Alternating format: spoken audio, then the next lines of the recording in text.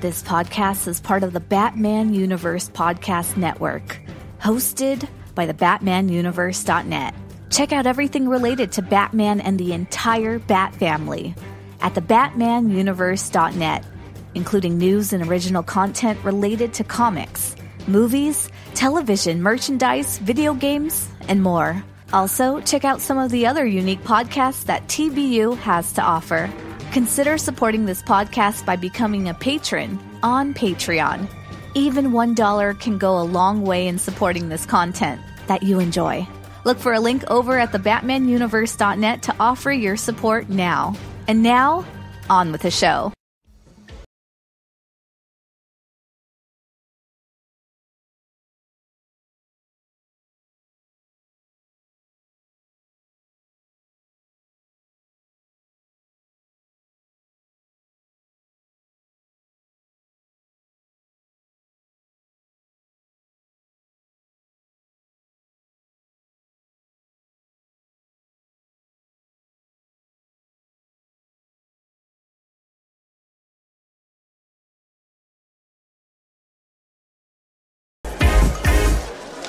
And now, folks, it's time for Who Do You Trust? Hubba, hubba, hubba, money, money, money. Who do you trust? Me?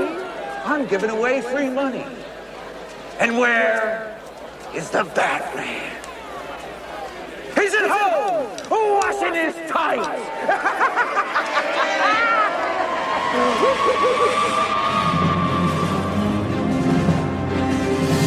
Winged battle flies through the night and finds me ready, Bob Mask. Mask, put him on now, hide! And now comes the part where I relieve you, the little people, of the burden of your failed and useless lives. But as my plastic surgeon always said, if you gotta go, go with a smile.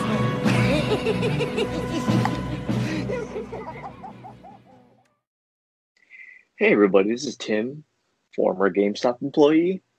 My name is Dane, and with me as always I have Tim, the former GameStop employee. And Tim, this is episode number 200. We finally made it. We made it. Hooray. Round of applause. Another 100 episodes in the book.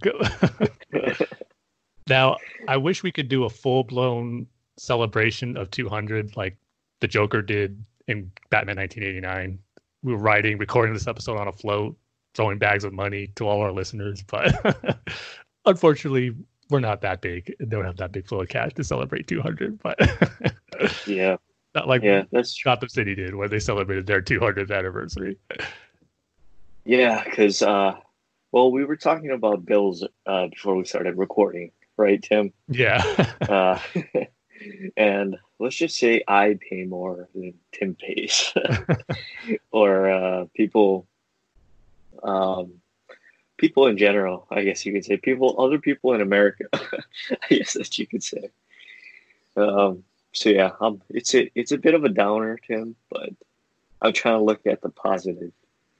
Would you have been one of those citizens of Gotham running to Joker's float, try to grab all that cash? Yeah, I would. I would.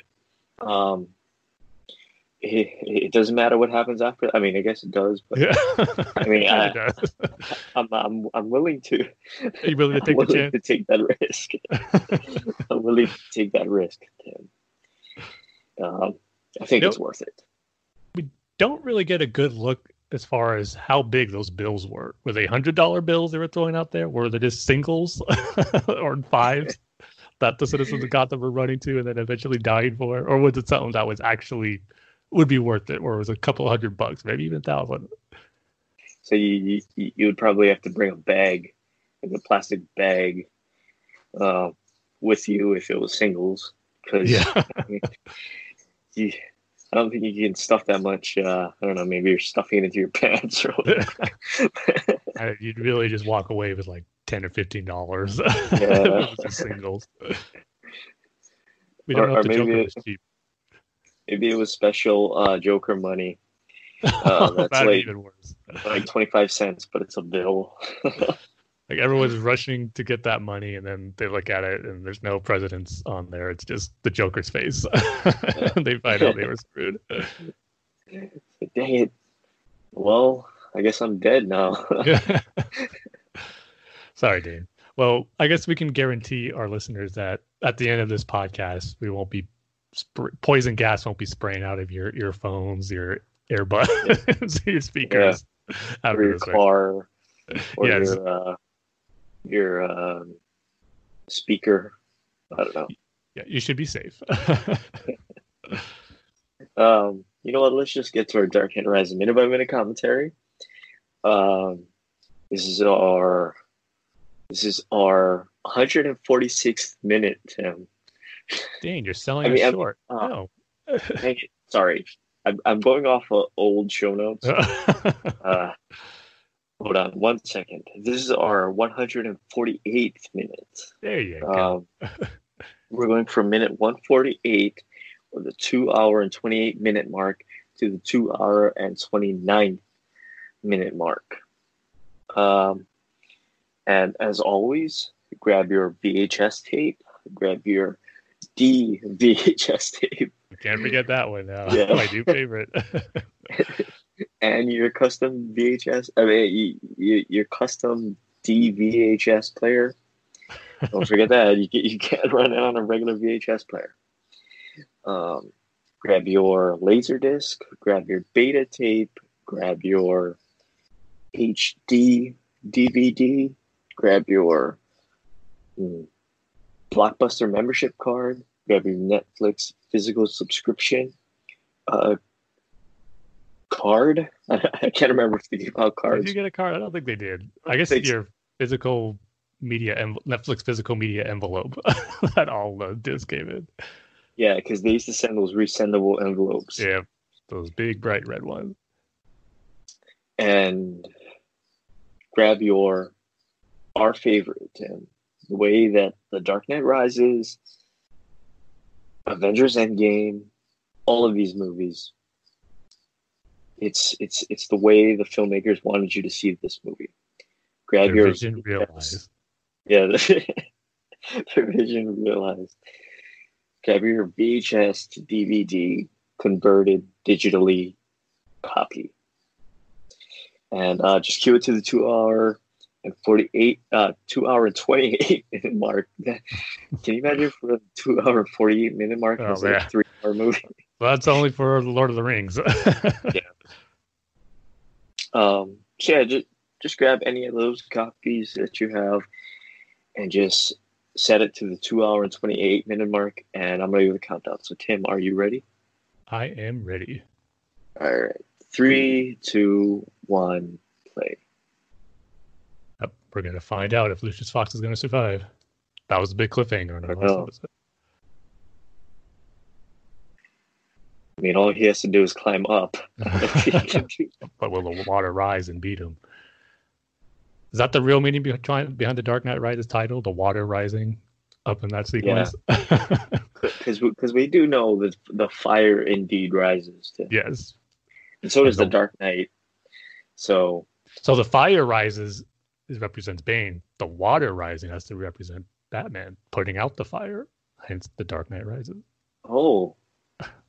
What a metaphor. Yeah. It's all making sense now.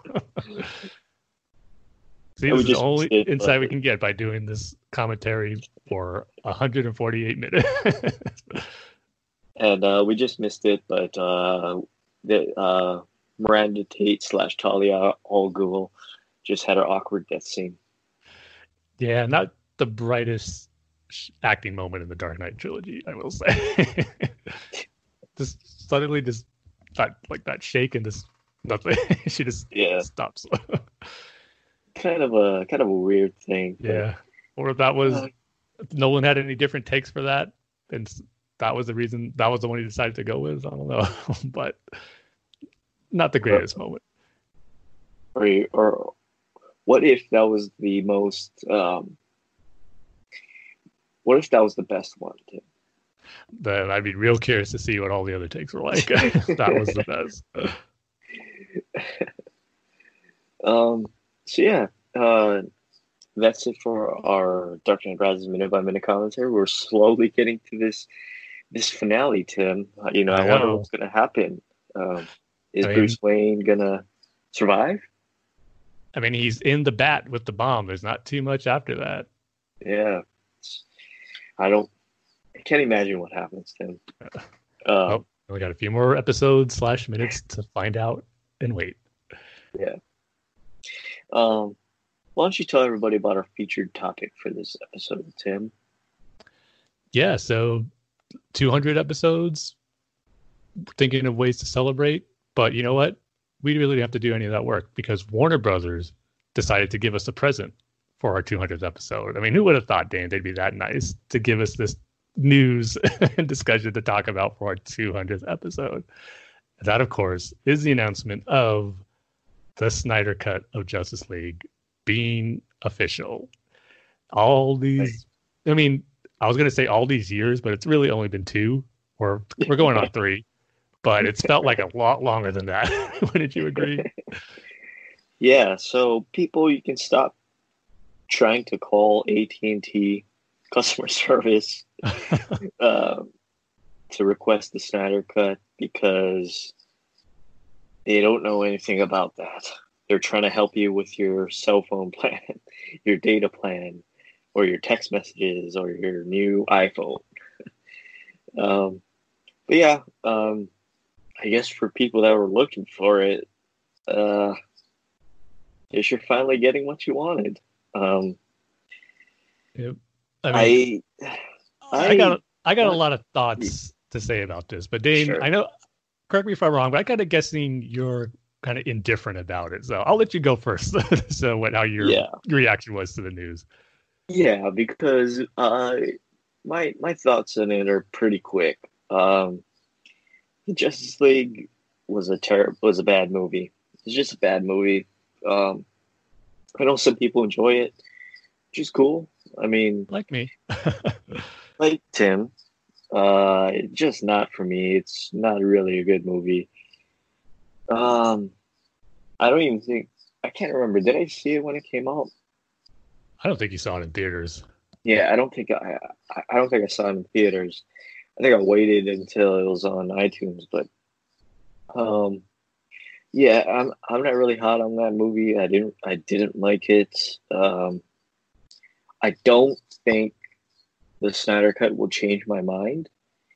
I know a lot of people have been asking for this and that it would be a better movie with the Snyder Cut, but it kind of goes against what I think your problem is with it, Tim. And again, we kind of haven't really talked about it, and I haven't really seen any of your comments on it, but I'm okay with it if it doesn't change the main story of it, right? Like it's not going to be okay. So you have the story of the Justice League, and now we're adding. It's a completely different movie. There's a new bad guy. Or whatever. They meet differently, or they do something different, and it's a completely different movie.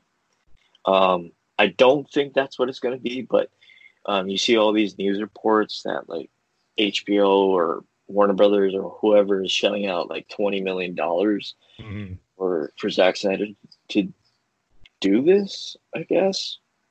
Yep. My thing is, I don't care about this Zack Snyder cut. I'm sorry. It's just not my thing. I don't like his movies. Any of his movies, really. Yeah, Dawn of the Dead was all right. If you cut about like 35 to 40 minutes of it, because there's a lot of just like just sitting around sort of stuff. But yeah, I'm not really a fan. It doesn't really affect me. But will you be watching it though once it comes out on HBO Max? You just have the curiosity to check it out. Look, if this if we go back into quarantine, yeah. When you got nothing to do and you're trying to kill time. But if it's a rainy day, sure. But no, not really. I mean, unless I get this glowing review from Tim and everybody's talking about like how the Snyder Cut is the golden example of superhero movies, sort of like how people were talking about Endgame or The Dark Knight or what have you, right? Then I'll watch it. But no, not really. I don't think it's really going to change anything. I think maybe you're going to get 20 minutes, 25 minutes of at the most of just people sitting around just doing nothing. I don't think it is what people are expecting. People that were calling for this were expecting. I think it's just, you know better than I do, Tim, with Star Wars. People releasing their own cuts. This is a better cut. This is how The Phantom Menace should have been. This is how Rise of Skywalker should have been, that sort of thing.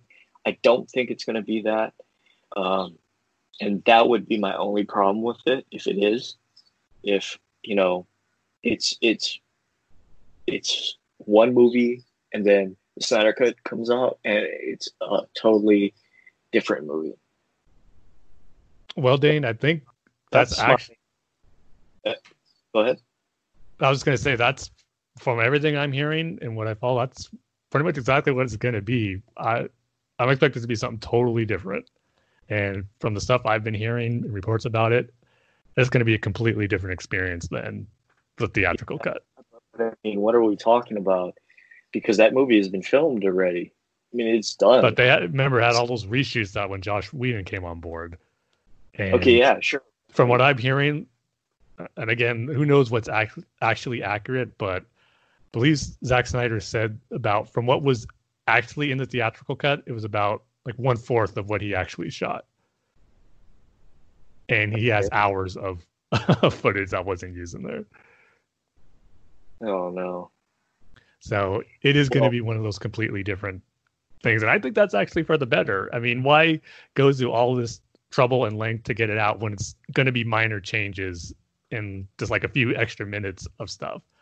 To have this big movement, to have this big announcement, I think it should be something big and different to where it's going to warrant the outcry for it and the call for that fans wanted to have for this cut, to have it be something different. And it just remains to be seen, though, is how much better is it actually going to be. And I don't know. I'll let you finish your thoughts before I start going on.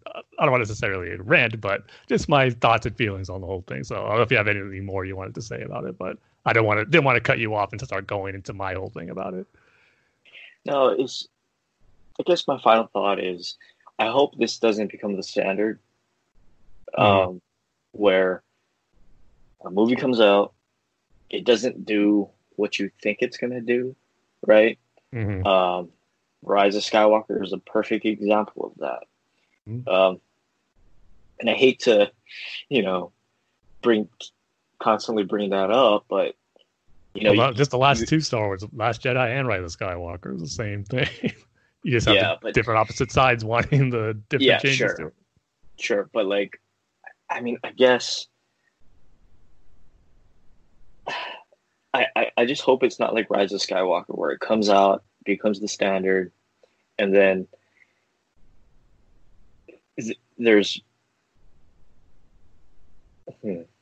You see, I'm trying to like collect my thoughts because like fan outcry wanting things changed and wanting their version out there no matter what. I mean, you look at Sonic, right? Mm-hmm. There was a huge fan outcry, and they changed the whole design of Sonic. And I know that's just a minor thing. And it was for the better. It definitely was. And it was for the better, right? But it's just, I hope this doesn't become the standard where, superhero movie comes out or whatever movie comes out, and then there's a fan outcry, and it gets on conspiracy level, thinking. and then they have to put out this movie, right? Or they feel they have to put out this movie. And they have to spend $20 million on it. And I just hope that this doesn't become the standard where it's like, no, the movie sucked. It was awful. It didn't make money. And then now, if there's this secret Snyder cut, or if Zack Snyder, could have edited the film or whatever, the movie would have been better. It would have made him, I don't know, $100 million more or whatever. And I hope this thinking doesn't become the standard, because that's it's stupid, and B, it's kind of scary, because you think about it, it's just a really, really bad idea. And I don't know. I don't want to get too into it, but just suffice it to say, I just hope this doesn't become the standard, and we're getting re-released cuts of movies, and okay, so this is the real one. The original Justice League is the original one. Okay, so which one is the original one? And it's going to create this conflict, and on and on and on, right? So that's just my main thoughts on it. Not really excited, don't really care. And again, unless you or somebody else on Twitter or whoever says this is the shining example of superhero movie making, then probably not going to watch it. And, I totally agree with what you're saying about hopefully this doesn't become the norm for movies that people don't like, or they just don't like a story aspect of it. And I mean, again, bringing up a sequel trilogy for Star Wars, I'll petition to remake The Last Jedi and The Rise of the Sky, all that stuff. That stuff is like, you don't want to see that as far as those type of calls and outcries being acknowledged. But I honestly think this was a special case to where this one, it could work by doing for Justice League, the Snyder Cut, to be done and to be finished, because what came out in the theater wasn't really his movie. And it's that fact that the studio meddled with it, and there's reports, obviously he had a tragedy with the loss of his daughter, and that was what they said was the reason for him stepping down, and Josh Whedon came in. But then the reports came out saying that he was actually fired before that, and that was just kind of the PR statement to announce that he's no longer working on the project. But again, who knows what exactly is accurate, but I think I'm leaning towards believing that they wanted to fire him before this movie was finished production and principal photography. And but you see that's a whole different problem. That's Warner Brothers' problem, really. That's the thing. They should have, if they weren't happy with Zack Snyder's vision and where he was taking the DC universe, they shouldn't have given him all the reins in the first place. They should have known by what they saw with Man of Steel and Batman versus Superman before even, again, it's the whole thing with Warner Brothers is moving too fast with this universe and wanted to catch up with Marvel, and they just gave Zack Snyder the keys and let him run with it before knowing if they were going to be happy with it or not. And that's on them. Yeah. And to be honest, they did that, and they gave him the keys to the DC kingdom. They should have let him finish and do the vision that he wanted to. They let him do it. They agreed to it. So that's why I think this is a special case where I'm for it, to where he's going to be able to finish the version of the movie that he wanted to do, because the one that came out was not pretty much his movie, as all reports are indicating that there was barely anything of what was in what he shot. And because I'm hearing it could be. Yeah, but what I'm saying is that's like a whole different kind of thing. That's not about editing a movie or Zack Snyder himself doing the edit on the movie. That's a company problem. That's a systemic problem. Mm-hmm. That's why you really can't compare it. Totally separate.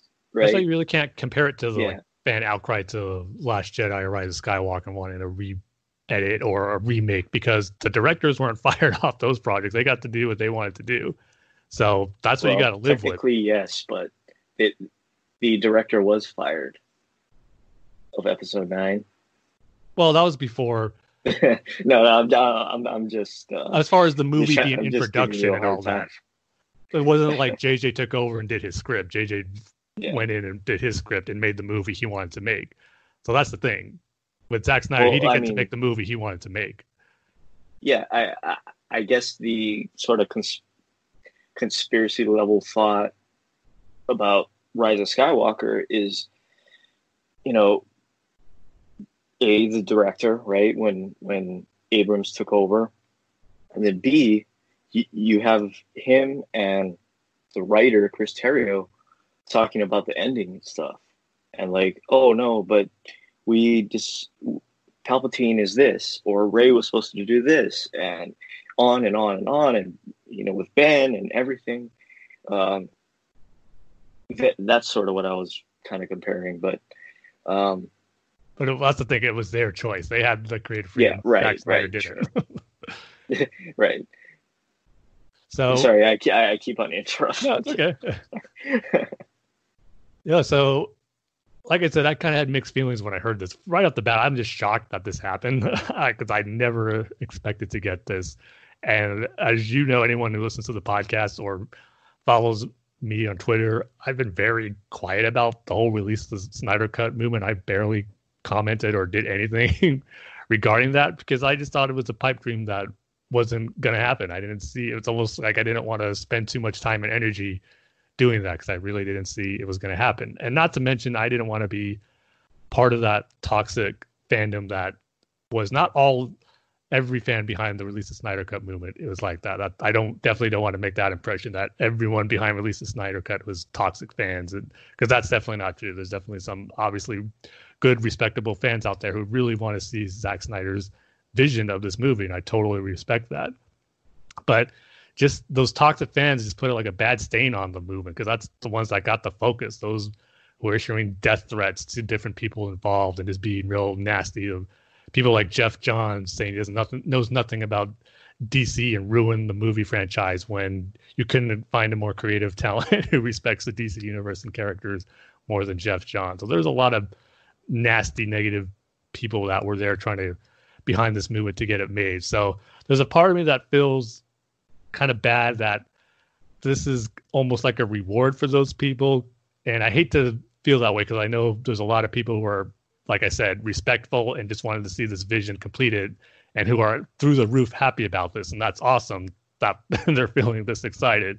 But also, too, I just can't help but feel somewhat of a little bummer that these people who were nasty and toxic are getting rewarded for that and are continuing to be nasty and toxic, because now you got people kind of spewing crap all over Matt Reeves' Batman movie, and they want that to fail and saying, oh, when people see the Snyder Cut, they're going to realize what a mistake and awful Robert Pattinson in as Batman and Matt Reeves, how truly awful his movie is going to be. So it's just like still dealing with that sort of nastiness and toxicity in this fandom just gets so tiring. And I did not want to, like I said, spend time or energy or be associated with those type of fans. So, but again, happy for those who were respectful and did good things with it, because I know a lot of people behind release the Snyder Cut movement did a lot of stuff for charity, which is awesome, and used it for good cause. So there's a lot of positive stuff. I wish it was all positive. That's the bummer about it, but there was some negativity to it as well.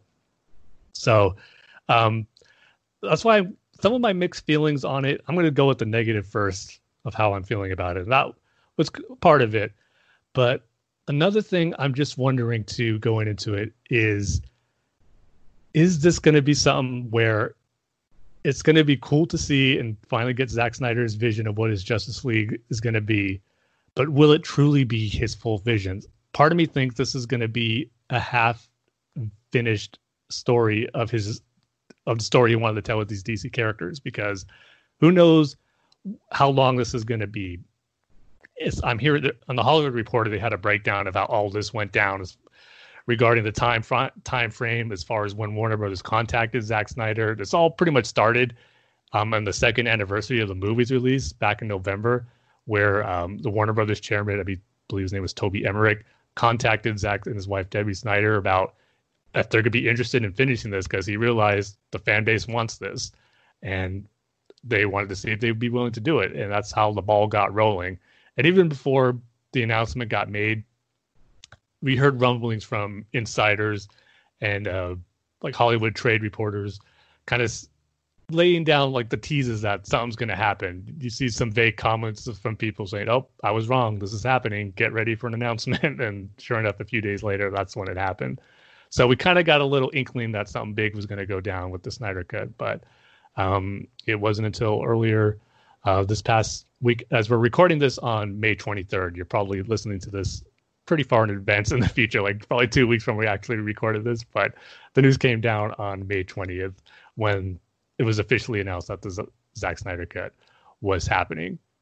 And then part of the details in that Hollywood Reporter article is that they don't know if this is going to be a long 4.5-hour movie, because that's the kind of reported time frame that his original cut was going to be, or it could possibly be broken up into a miniseries, where I think Zack Snyder said during kind of like a preview of his cut that he showed to executives of how there could be cliffhanger moments to end an episode on and continue that. So it might be a miniseries, which would be interesting if it goes that way. So the point is what I'm trying to get to as far as one of my negatives is that we first heard that Justice League was supposed to be a 2-part story. And to get Snyder's complete vision on screen and finished, is he going to do something to cut out whatever was planned for that 2-part story and do it all in this one extended cut of the first Justice League movie? Like if this cut is originally 4.5 hours, that's pretty much 2 movies, but is that going to encompass what he had planned for the second movie? And I don't think it is. And the part that makes me feel a little mixed on it is this going to be an unfulfilled movie where what if it ends on a cliffhanger like it was originally intended and we don't get to finish that story? We're not going to get Justice League Part 2 because I don't think they're going to move on and do anything beyond just finishing what was filmed for this first Justice League movie. So is it going to be a half story that gets finished? I mean, we don't know. He could do something differently where he wraps it up in the Snyder Cut. But did they film stuff to actually have a finish? That's my thing. Did they actually film scenes with these characters that would give it a satisfying conclusion to a story? That's what I'm not sure on. And if it's not, and it kind of ends on a cliffhanger or a tease, and we're left thinking, oh, this is awesome, but we're not going to see the end of that, that's going to be a bit of a bummer, even though it would be great to see his original intention for this first Justice League movie. If it ends with a tease of setting up Darkseid and Darkseid's arrival, and we're never going to see the fulfillment of that, that's going to be a bummer. And we're still going to be kind of in the same place, where maybe the next hashtag would be release the Snyder Cut of Justice League 2, or make Justice League 2. It almost seems like this isn't going to be it with the Zack Snyder's Justice League. And I think it is time to kind of move on with us now officially getting his cut of Justice League. I'm hoping that this would be for us as fans to move on from this whole debate about the Snyder Cut and the theatrical cut of Justice League, just to get that finished version out there. But will it be finished? That's my big question and what I'm wondering about. And to be honest, one other thing I'm thinking about too is some of the reports and leaks that potentially could be involved in his cut of the Justice League, I'm not necessarily sure I'll be a fan of. I mean, again, I got to wait to see the finished movie, and who knows if these reports were fully accurate. But some of the stuff I've heard got me excited, and some of the stuff didn't. For instance, I've heard that Superman is pretty much not going to be back to, when he comes back to life, he's going to be evil in this first part of the Justice League movie. And that goes to my point of it ending on a cliffhanger, where are we going to see Superman be resurrected and become the hero that we expect him to be by the end of the story? Or will it end with him being still a bad guy? Because I believe the reports were that he gets resurrected by Darkseid, and Darkseid kind of uses him for his bidding and fights the Justice League. And is that where the movie's going to end on? Because like I said, it would be a bummer even if it's awesome, it's a really cool battle. It's a cool story playing out with Superman working for Darkseid, because we've got seen that be worked as a good story before in the Superman the Animated Series finale Legacy. That was awesome. And if we could get something like that on screen, that would be great. But will it be finished? Well, because that would be such a disappointment if it won't be. So that's kind of where my mixed feelings more on the negative side are coming into this. Just what exactly are we going to get as far as getting a finished version of Zack Snyder's DC story? And will it be something that I'll be happy with? Because like I said, I've heard mixed things on the reports of what his Snyder cut could entail. Some cool stuff, like more Green Lantern teases and setup. But again, that might be more towards the disappointment where they tease and set up Green Lantern, but we don't get the fulfillment of that with Justice League Part 2. And getting Darkseid more involved with that, it's going to be great. But at the same time, there's some other stuff, but I'm not sure that's something I'm looking forward to seeing in this Justice League movie. So again, it's all unknowns. We got to see how long this cut's going to be and just what exactly is his plan to finish up the story. So, but that's kind of where I'm have mixed feelings on as far as stuff I'm not sure about. It might be kind of leaning towards on the negative side of things, but on the positive side of things of how I'm feeling about this, I mean, I'm just really glad he's going to be able to finish the movie to the extent that he wanted to, because it really, I think it was a crime what was done to him as far as the movie getting taken away from him and just being recut and re-edited into something that totally wasn't his vision and something that he can't even watch, he says. And again, this is coming from someone who actually really enjoyed the theatrical cut of Justice League. I've been on record of saying that in our review for it since it came out, and I still stand by that. I still enjoy watching it, even though I know it's not the Justice League movie that us as diehard DC fans probably deserved.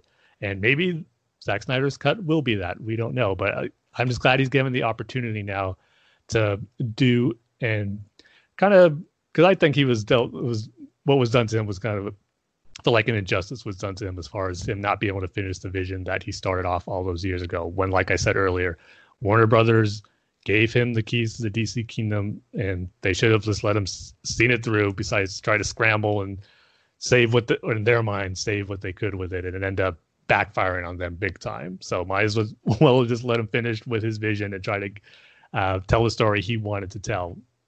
So I'm glad that he's going to be able to do that. And I'm just looking forward to seeing these characters again, because I thought, obviously, Ben Affleck wasn't coming back to be Batman again. Henry Cavill wasn't as definite that he wasn't coming back, but it wasn't looking good. So just to see more of Henry Cavill's Superman, more of Ben Affleck's Batman interacting with Gal Gadot's Wonder Woman, Ezra Miller's Flash, Jason Momoa's Aquaman, Ray Fisher's Cyborg, because all those characters and those actors playing those characters were great in Justice League. I think regardless of how you feel about the movie, I think most people would agree that those actors did a great job in playing those characters. And I'm excited just to see them in those roles again. To get if the rumors or reports are true, a 4.5, or see the cut is 4.5 hours, we'd get 2 more additional hours of seeing these characters that I love so much again, played by actors who did a great job in those roles. So I'm really excited about that. And then plus two, some of the story aspects that I am hopefully excited to see in this is more of Darkseid and the Apokolips connection, because that was something that was barely hinted at in the theatrical cut. And I know Zack Snyder did some stuff with Darkseid. He had an actor cast, and that actor just kind of decided to tweet out a couple of days ago saying, I guess it's out now. I can say I am Darkseid. Just a matter of how much we'll see of Darkseid. But if we get a little bit of live action Darkseid, I think that's going to be awesome to see, and just get more of that Apokolips and New Gods lore in there is going to be really, really cool. So yeah, overall, even though when I first heard it, I kind of had some mixed reactions, I got to say overall, I'm excited for it. I can't wait to see it. I'm going to be seeing it on day one when it launches on HBO Max. There's no set release date yet. It's just scheduled for 2021. They obviously gotta go into post-production mode. Like you mentioned earlier, Dane, they're giving them about $20 to $30 million to add special effects, edit, rescore the movie. And there were some reports about getting some of the cast to do some additional dialogue, but not to do any reshoots or anything like that. So, and they're going to be using the same crew that they used when they were working on the movie originally. So that's going to be good. So I'm just really anxious to see his version, just to kind of put period on this whole deal of the release the Snyder Cut. We're finally going to get it, and I'm hopefully we can move on from it. But I don't, like I said, depending on how it ends, we might not be moving on from this. So, but when it's all said and done, we're going to get a new. I pretty think it's going to be a totally new Justice League movie, like we were talking about earlier. It's probably going to be so different that it's pretty much going to be two different movies. And to me, we got two different Justice League movies. Why not? I love these characters so much. I'm looking forward to seeing more of them. And even if the two stories are vastly different, it would just be like, a different Elseworlds comic story that you have two copies of. So I'm just viewing it as that way. It's just a win-win for fans, I think. Why not? To have these two stories. It's not like, sad to say, this movie universe isn't going to be moving forward with all these characters. Obviously, it will with Wonder Woman and Aquaman, but with Batman and Superman, and who knows if Flash ever gets off the ground, and Cyborg, this is probably going to be it for them. So I don't think it's going to be getting the DCEU back, where we're going to be getting more stories in this continuity and crossovers and stuff like that. I'm not expecting that.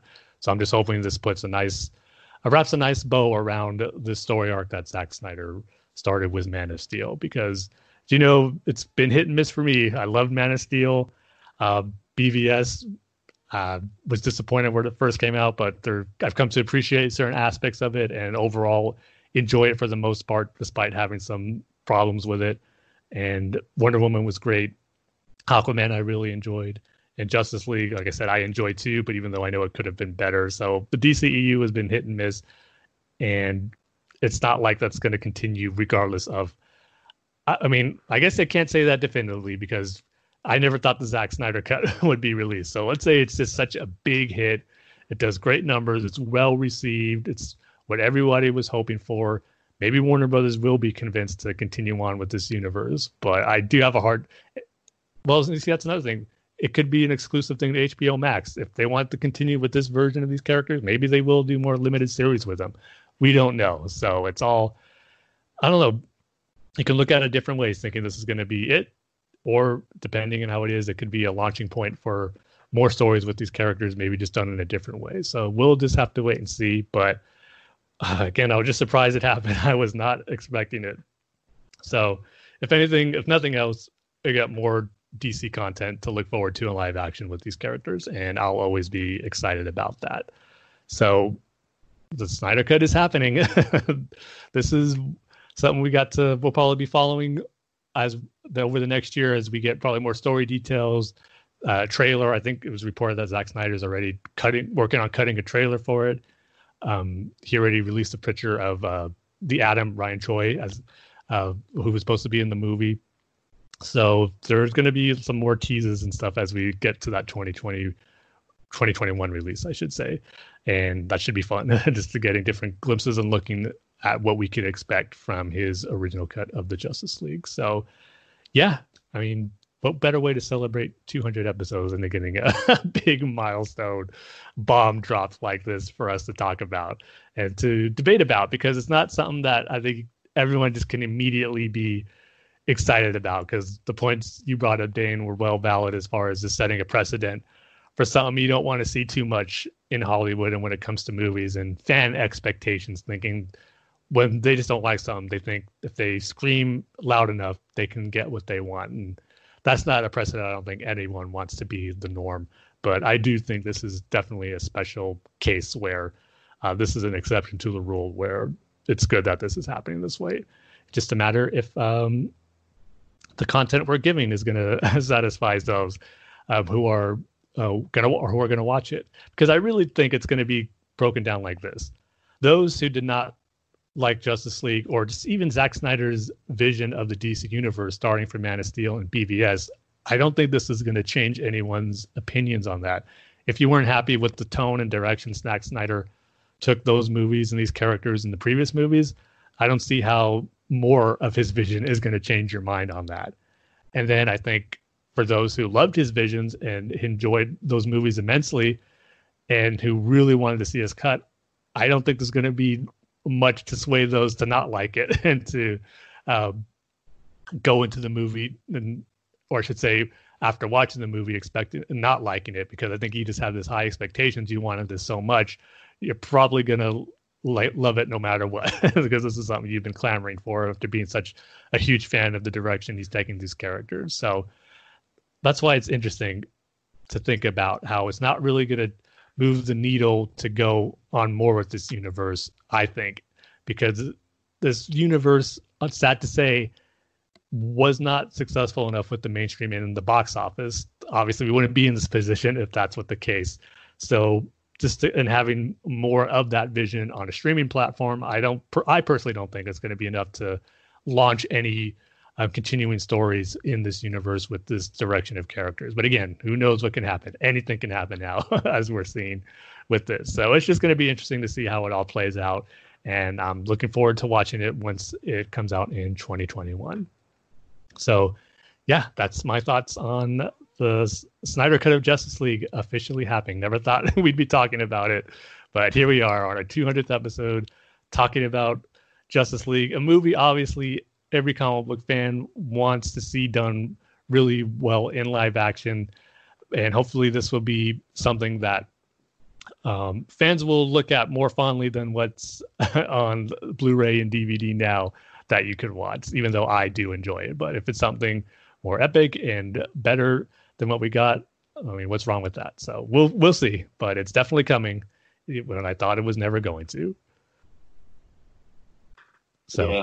Hopefully I didn't ramble on too long. When does HBO Max come on?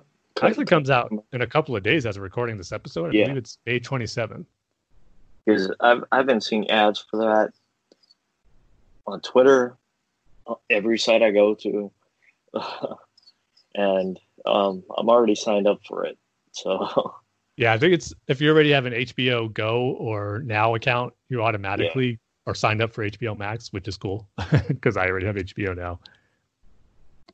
And I do think it's going to be good for the streaming platform. I mean, I think it's a big thing to have as far as an exclusive content to have to people to hopefully sign up and to check it out. For those who are, I'm thinking it's not going to change anything because I figured, either people already saw Justice League, and I'm not talking about you and me that are comic book fans or Batman fans or whatever, right?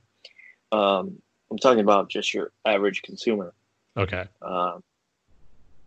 You either saw it, didn't like it, saw it, thought it was okay, saw it, liked it, I guess. But if you saw it and you didn't care for it, or you saw it and it's like whatever, then I don't think this is a big selling point. And I think that was the sort of main thought behind. I think that was what most people thought, was just like, oh, that was all right, or I didn't like that. And I don't think it's gonna make people sign up for HBO Max any faster than they already are. But I don't know. That's just me. I still don't think this is a good idea. I just don't. You do bring up good points, Tim, when you say, there's rumors or whatever that Zack Snyder was fired, that he wasn't involved after a certain point, either because of his daughter or because he was fired before that. But I just don't think this is a good idea. But if it's true with what you said about him being fired or what have you, then I guess it's a good idea. I mean, I just have to kind of go with it and just be like, you know what? Okay, I guess that's a good idea. I hope these release the Snyder Cut people. And I'm talking about everybody on that spectrum, from the worst to, the respected fans that really want to see it. Like yourself, Tim. I'd count you in that. Well, I wasn't someone who was very vocal about it. I was kind of like a take it or leave it person. Sure. I wouldn't say I was clamoring for it at all. Yeah, but still, you were curious, right? Yeah, definitely. If it came out, I was definitely going to watch it. Yeah, so I'd count you with that. Okay.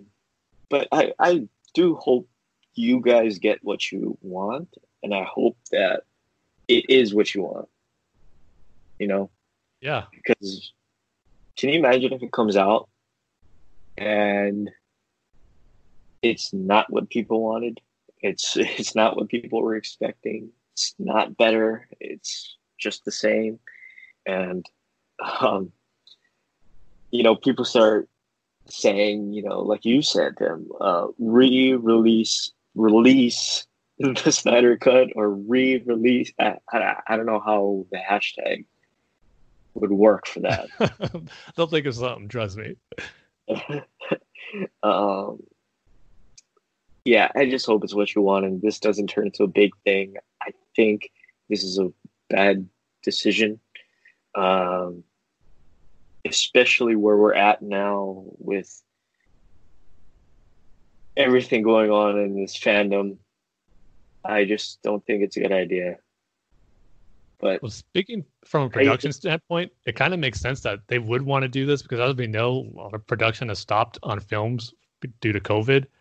And if they want something big for their streaming service, they could obviously have something that's finished filming already. They just kind of do post-production work, and it would be something that people would be buzzing about. Obviously, it already is. So they have something that's already filmed. They just got to finish the special effects, editing, and all that stuff. And you've got something big to promote on your streaming platform when maybe you wouldn't have because you weren't able to film certain things and start production on other stuff you had planned for it. So it kind of works in Warner Brothers or HBO Max's favor to have a big content on there that maybe they couldn't have because of COVID preventing production on certain things. And that's why I think it could be good for the service where, let's say they go the route where it wants to be kind of like a mini series. They could break it up into several parts, have people subscribe to the service for a couple of months instead of those who would be signing up just to see the movie and then unsubscribe. So if you really want to have those people who are clamoring for the Zack Snyder cut, you'd have them subscribe for a couple of months at least if you break it down to some parts. So they could do it that way too to have it be more viable and to be more successful on that front. Because that's the thing I'm not sure about, where if you had this is the small minority when you're comparing to the general audience who's going to be subscribing to HBO Max. But I wonder if the people who were really clamoring for the Snyder cut weren't going to sign up for HBO Max anyway, just as a kind of protest to Warner Brothers or what have you. Because, every time Warner Brothers or HBO would announce something, people in comments on Twitter, Facebook would all be about the Snyder cut. So if you're getting those people to subscribe who wouldn't originally, but now that it's going to be on there, they will, and you can get them for a few months if they break it into several parts, then you'll be getting more money that way. So that's where I think it could be a success. And you got that tentpole genre style show, movie, however you want to describe it, on your streaming service now, like Disney Plus can say with The Mandalorian. Warner Brothers, obviously big genre property is the DC characters, and now they got something with that they could promote and use as a selling point for their service next year. So that's why I think it could be a win for them as far as hopefully getting more people for the streaming service for HBO Max. But again, we'll have to wait and see what the numbers actually are. I'm just real curious to see how it's going to be broken up or released. Even though I know you're indifferent on it now, Dane, you don't really care to see it unless you say it's good. But if it was something you're really excited for, how would you want it to be shown and released? Would you want to see it like a 4.5 hour movie, or would you like it to see it broken up into several parts as a miniseries? That was my original idea for the last season of Game of Thrones, where it was, they should have done it because it was so few episodes. They should have done it quarterly, not release the whole movie. I mean, the whole season week to week to week to week, right? Uh-huh. And I kind of have the same idea with this movie. Maybe release, I don't know, an hour or something. Make it episodic and release it not every week, week after week after week, but spread it out a little bit. I think that would be A, more interesting, and B, I think that would be the better idea, rather than just having one set 4-hour movie. I mean, because you think about it, who's really going to sit there besides diehard fans that want this cut? Yeah. And watch a 4-hour movie. I mean, You know, Lord of the Rings isn't even that long. Right. And Netflix has The Irishman. That's why I haven't watched the entire Irishman, because it's 3 hours, and I just can't do it. I just can't sit there for 3 hours. Isn't it like three and a half hours or so? 3 hours and 40 minutes, something like that. Yeah, it's really long, and I think that would be the better idea to release it. And again, going back to your point, you have something to look forward to. I mean, especially since COVID-19, and movie studios, television producers, and all of these people are not filming right now. So just do it episodically and release it, I don't know, every other week, every month or something. And every month would really be torture for Wade. But I don't think it's a good idea to have it, just 4-hour movie. Yeah, because we saw what happened with Game of Thrones.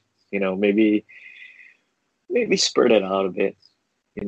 Make people really want it. Yeah, the more I think about it, I think the more I'm leaning towards have it be an episodic release, have it split apart a few parts. Just like I said, have something to look forward to. It's an event that lasts a little longer than just having a one and done movie on there. And like I said, if it is going to be 4.5 hours, only the true diehards will spend that time to watch the entire movie in one sitting. Yeah, I mean, what was the last season of Game of Thrones? Was it like an hour and a half per episode or something?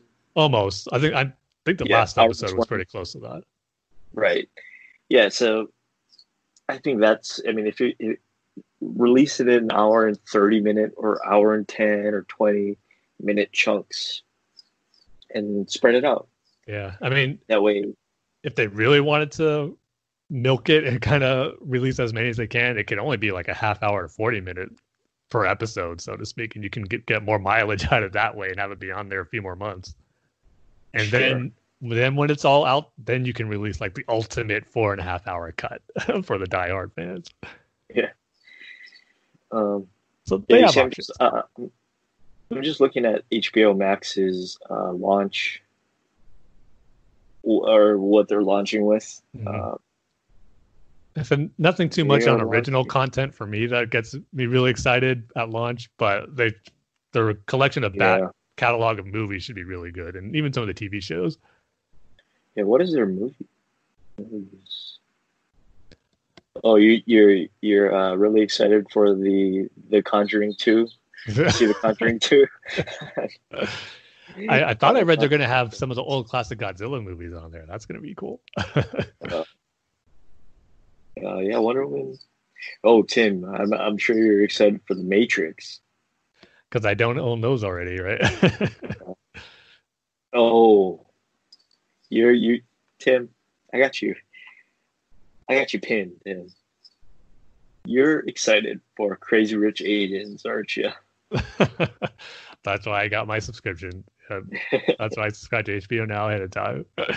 Even though that movie's already on HBO Now that I could watch at any time. So I don't really have to wait for HBO Max.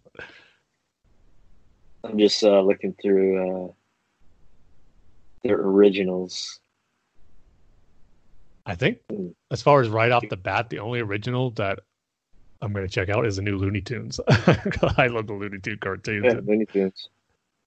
But then they're kind of taking stuff from the DC Universe app and making that like their originals. Like they're going to get Doom Patrol Season 2 as kind of one of their big original shows, but yet it's on DC Universe too. So I'm wondering how long DC Universe is going to last. I'm not expecting it to last that much longer. As far as a video service, I'm hoping it definitely stays as a digital comic service and maybe just lower this monthly subscription down a bit for it's just comics, because it's worth it just for that. But I don't see the video streaming service lasting much longer when you got HBO Max and you can just put everything on there.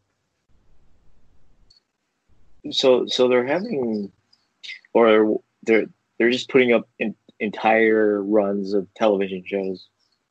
A good portion of them, yep. Fresh Prince. Yeah, that's going to be good to have And- streaming. I haven't seen that in a long time. Yeah, me either. Friends, Doctor Who, Pretty Little Liars, Rick and Morty. I mean, I guess. Yeah. But like you said, it doesn't I don't really know. matter if you're ready to subscribe to HBO. Yeah. You're getting it anyway. I was about to say, it doesn't really matter for me because I'm already subscribed. Yes. Tim, this new season of Westworld has not gotten me interested at all. See, I'm always tempted to you start haven't that seen series. I've heard Westworld. great things about the first few seasons, and Yeah. I always wanted to check it out. But I know you're not the first I've heard says that this third season's been a little bit of a disappointment. Yeah, it's not very good, but the first two seasons are definitely worth watching, I'd say. Extremely complicated, but it's really a good show. But yeah, this third season, I just cannot get into it. I mean, this stuff with Aaron Paul. I mean, it's like, I don't really care. I don't care. But yeah, I'm just not a fan. I'm gonna finish it, but just not a fan. Yeah, it's something I still want to check out eventually. Yeah, it's definitely worth watching the first two seasons. Did you ever see the original movie? No, I haven't.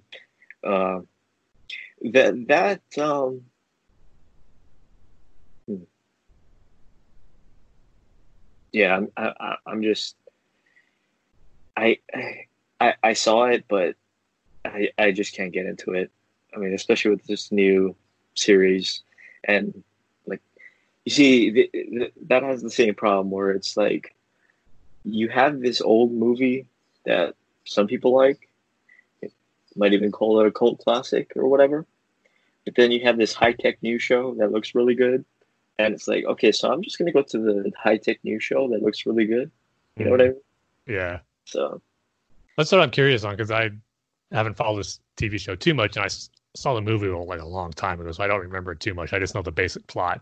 So I'm not sure, like when Westworld was first announced, the TV show, is it going to be like a total reboot of the story, or is it continuing the story of the movie? But it's pretty much a reboot, right? yeah, it's a reboot. Yeah. Okay. And Anthony Hopkins is in it, so Yeah. it's pretty cool. Even though I haven't seen it, I have a suspicion that he dies in the first or second season, because I haven't seen any promotional stuff for the third season with him. So if I end up watching it, I'm probably not going to expect him to survive throughout the first three seasons. Tim, does he die? Pretty sure. I guess I'll have to watch to find out. You'll have to watch it, Tim. Yeah, I'm already subscribed, so. Same. So yeah, it's just great to have, at least for me, and I know a lot of other fans, it's something really exciting to look forward to once the Snyder Cut comes out in 2021. And I suspect it's going to be like a fall holiday release. They probably want as much time as possible to get everything finished and completed, and kind of have that big tentpole holiday or fall TV show / movie release like most of this stuff is getting. That'd be something competing with the Mandalorian or whatever Marvel show is getting its second season or first season in 2021. Yeah. I'm sure they're going to have that little competition. I'm wondering how, when movie theater, I'm not sure about California, but when movie theaters start opening up, I mean, how many people are really going to go there? I know. I don't think it's going to be. They're going to have to do the social distancing exactly thing, right? So I've seen a lot of people I follow on Twitter kind of even being cautious as far as saying when movie theaters do open, they're still not going to go right away. And I'm sure that's going to be the case for a lot of people too. Yeah, and what are they going to show? I mean, are they going to show the old movies that were in theaters? The big question everyone's having right now is Christopher Nolan's new movie Tenet. Is that going to keep its July release date? And I know Christopher Nolan's really pushing for that. So that might be the first big movie to come out when theaters open. So maybe that will be the big first one that's going to be out there for people to go check out. And it looks really cool too. I'm definitely intrigued and want to see it whenever it does come out. But I think I've heard where if that comes out in July, then Wonder Woman 1984 should still be on track for August. But if Tenets get pushed back, then Wonder Woman might get pushed back to December of this year, which is going to be a major bummer because we'd really be only about 2 or 3 weeks away from seeing that movie right now, which I try not to think about too much. But so yeah, everything's still up in the air with these movies, but Tenet might be the first big one to come out in a couple of months, but I guess we'll see. But I definitely know for sure Chris Nolan ain't having that release on digital first. You can take that to the bank. But yeah, I'm just wondering what else are they going to show? You know, besides, like, let's say Tenet does get released in July. What else is going to be showing? Maybe just have one or maybe just have a couple of movies.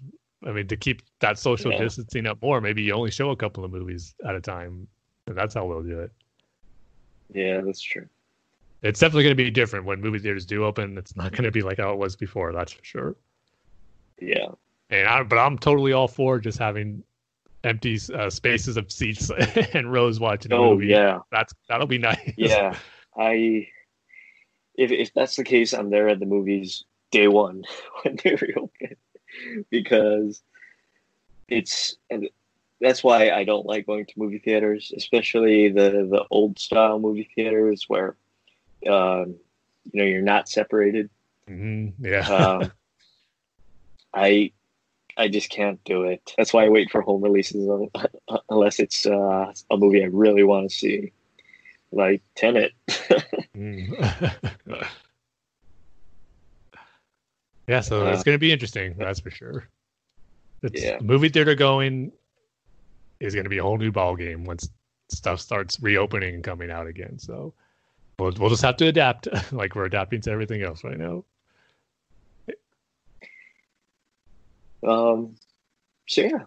That's our featured topic for this episode. Kind of a long one. Controversial. Yeah. Yeah. There's a lot of stuff to dive into and dissect about it. Yeah. But now we can move on to our reviews for this episode, because this is kind of a rushed thing and we don't really have anything else. So Tim wanted to review the new Justice League Dark movie, right? Yep. That just came out on Blu-ray this past week, so got it, saw it. Now I want to talk about it. and what should our rating scale for this episode be, Tim? Gee, what could it be in regards to the Snyder cut? That would be fun. How about, we're on 200 episodes, how about 200 different versions of the Snyder cut that could potentially be released on HBO Max? That's good. That's a good one. That's perfect. All right. So, Justice League Dark Apokolips War. And this is kind of a big deal in the DC animated movies universe, because this is wrapping up the quote-unquote New 52 continuity that these movies have been following since Justice League War came out in 2014. So they've been doing 6 years of movies in this continuity. We got some Justice League movies, we've got some Batman movies, we've got some Superman movies, some Wonder Woman movies. So I think it was a cool idea that they decided to have a continuity in these animated movies, and to have it last this long was pretty cool. And now we got an end to it. And overall, I think it was a very nice conclusion to this universe and this continuity that they established with Justice League War. And it was actually pretty different than what I was expecting, because I didn't read too much on it. I saw the trailer. It looked cool, but I didn't know the exact details. Didn't want to know until I saw it. So, and also going into spoilers here. So if you haven't seen it yet, you might not want to hear everything I'm going to be talking about with this one, because some big stuff happens. And I was surprised to see it, and I'm sure you'd want to be surprised as you're watching it too. So going into it, I was just expecting, obviously, this big battle between the Justice League against Darkseid on Apokolips, hence the title Apokolips War. So as the movie started, it pretty much starts right away where you see Superman, Batman, and Wonder Woman having a meeting with the Justice League, telling them about their plan of attack they're going to make on Darkseid and Apokolips. I'm thinking, oh man, they're really jumping into this and into this big battle right at the beginning. And so that's how the movie starts. They're planning their attack. they go make their way to Apokolips, and they get ambushed by not parademons, but paradooms. Parademons mixed with doomsday DNA, and thus proving to be much stronger than parademons and a lot bigger threat than the Justice League. We're anticipating because it's revealed in the beginning, Darkseid was watching their whole plan of attack and knew their exact moves and when they were going to come. So that's where the movie starts. Before the credits and the title card happens, you see the Justice League get ambushed by those paradooms. And then the movie flash forwards, I believe it's 2 years into the future, and Earth is just devastated and is ruled by Darkseid. It's the Justice League failed. And I was thinking, oh man, so we're not even going to see that big battle, and we're doing a time jump here. I was not expecting this. So the movie actually focuses, obviously, Justice League Dark. It's going to focus not on the main Justice League, but those of the Dark Universe. So John Constantine plays a big role in this movie, as does Raven and Superman. They're probably the three main characters of this story. So we find Superman and Raven teaming up, looking for Constantine, who's just getting drunk in a bar, drinking away his sorrows, and just how Earth is just utterly a wasteland now almost, and there's just not much hope. But Superman and Raven, and especially Superman, he can't give up hope. They want to do what they can to save the Earth and take down Darkseid. So they need to find John Constantine to have him use a locator spell to find Damian Wayne. And the reason they need to find Damian Wayne is because Batman is now under the control of Darkseid in the Morbius chair, pretty much the new Metron. And this was an aspect I wasn't expecting in the movie, is how Darkseid took out the Justice League, but is using them to his advantage, which was something kind of different to see in a movie and a little disturbing, but I appreciated them doing something different for this movie, where it wasn't just a big epic Justice League versus Darkseid battle that you're used to seeing, and what pretty much we saw in Justice League War already, but we see what happens if Darkseid defeated the Justice League and how they would react to that and how they'd have to overcome that. So I liked how that was the plot for this final movie. So seeing Batman in the Morbius chair, being kind of Darkseid's right-hand man here, it was pretty trippy to see, because we knew that happened to Batman in the Darkseid War comic. He wasn't actually working for Darkseid in that comic. He just used the Morbius chair for his own desires, really, and to gain his own knowledge, which I love that aspect. So to kind of see it adapted here in this movie was really cool. So that was his use for Batman. For Wonder Woman, Darkseid used her to lead the New Furies, which was other members of the Justice League they was taken down. And during the course of the movie, we get flashbacks of that battle, and it was a pretty brutal battle. I mean, the movie is rated R, so we saw some pretty gruesome stuff happen to the members of the Justice League. I mean, Wonder Woman loses her arm. Certain member, I forget who it was. It might have been Hawkman, but he got ripped in two. Hal Jordan gets mutilated. Mara gets her face crunched in. There's a lot of brutal stuff happening to them. And so Darkseid uses them and puts mechanical parts on the different Justice League members, like Mara, Martian Manhunter, and a few others, to become the New Furies led by Wonder Woman. And then Superman, he does pretty much has the ultimate defeat for him. He didn't just want to kill him. He wanted Superman to suffer, and to live was his defeat, and see the world he loved and tried to protect be brought to ruin. And so he injected Superman with this kryptonite infusion blood. So he has kryptonite flowing through his veins. It's not killing him, but it's making him powerless and just like any normal human.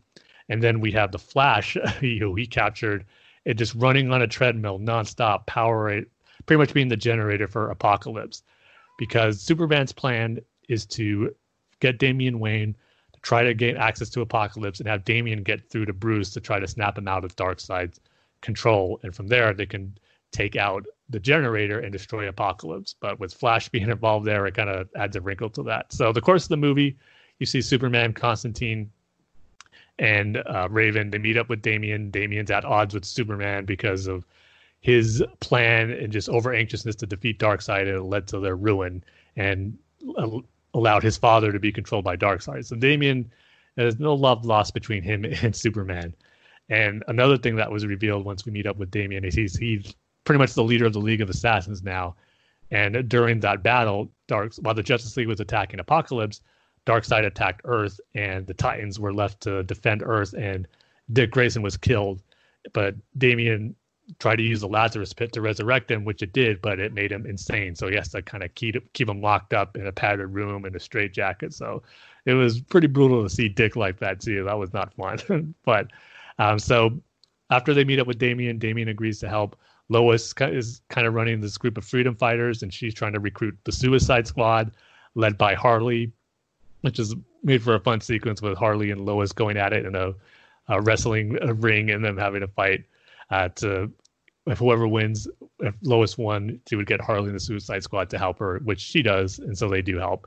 And they're going to infiltrate LexCorp, which Lex is working with Darkseid and Batman, just to survive for himself, but he's always playing for the best interests at hand. So once the Justice League / Suicide Squad team up and infiltrates LexCorp, they went in there, take him down. Lex agrees to help them to infiltrate Apokolips. And there's a lot of cool, fun action sequences that played throughout the action sequence in the spree of LexCorp was pretty cool to see. And just seeing the different members of the Suicide Squad and the Justice League work with each other was pretty fun to see. But I think the highlight of the movie for me was the ending when they finally do get on Apokolips. We get some great character moments here because they didn't skimp on some character deaths in this movie. Throughout the course, you see some pretty major characters be taken out, both on the Justice League and the Suicide Squad. And one of the big moments happens at the end where Lois, Harley, and Lex, they're trying to defend the Paradooms from infiltrating LexCorp and the portal of the Mother Box to transport them to Apokolips. They're defending them while Superman and the rest are trying to reach Batman and stop Darkseid. And you get to see the final conversation that Superman has with Lois as Lois and everyone is overtaken by the Parademons and made for quite an emotional goodbye. Especially if you've seen their relationship over the course of this continuity of movies, it really hit home as far as the emotional toll it took on Superman once he lost Lois there. But the biggest one for me is when Damian tries to snap Batman out of his control for Darkseid. But Superman's plan really didn't work. Damian, just with words, couldn't reach Batman. And Batman says some pretty hurtful things to Damian, saying how he was an accident. Your mother drugged me to conceive you. She forced you to live with me. Like, you were nothing but a mistake. That whole type of thing. And him and Damian have a fight. And Batman takes him down. And he's going to kill him with Damian's sword. And this is my favorite moment of the movie. And just, again, what drives Batman and just what really makes him one of my favorite characters is just his motivation and that promise that he made to his parents. And that night in the alleyway of his parents being murdered, how no matter what mind control, what spell, what brainwashing you might do to Batman, the essence of his character and what the nature and what drives him of his parents' murder, nothing will overtake that. And anything that reminds him of that, that's what's going to snap him back. There was this great moment if he has a sword over Damian's face, Damian's on the floor, and he's going to stab him with it.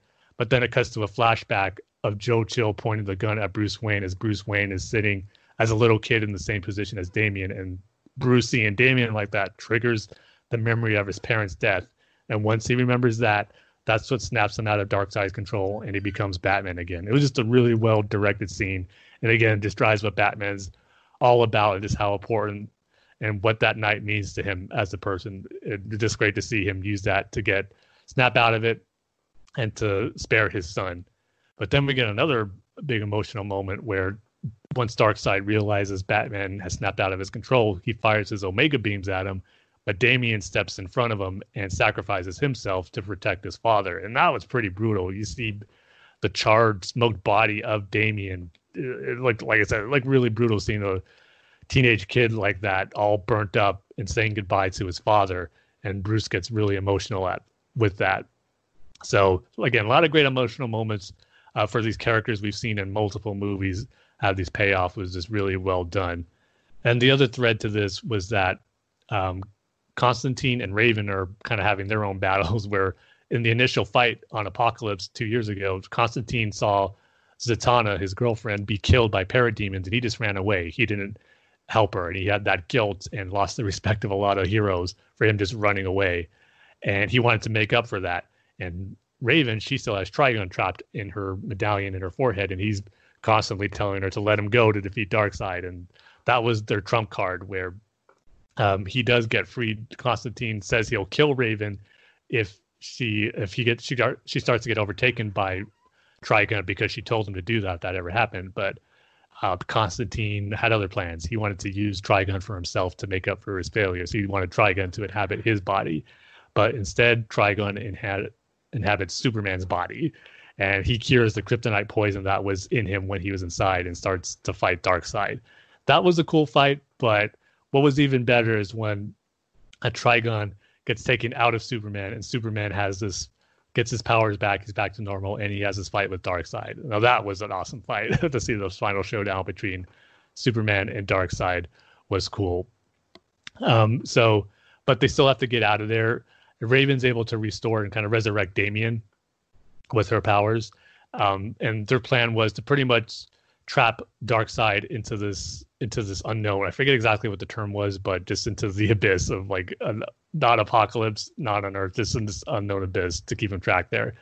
And so they need a distraction though, so they can escape. So they use Trigun to have his fight with Darkseid while they make their escape, and they trapped him into this abyss, and they're able to destroy Apokolips and get out.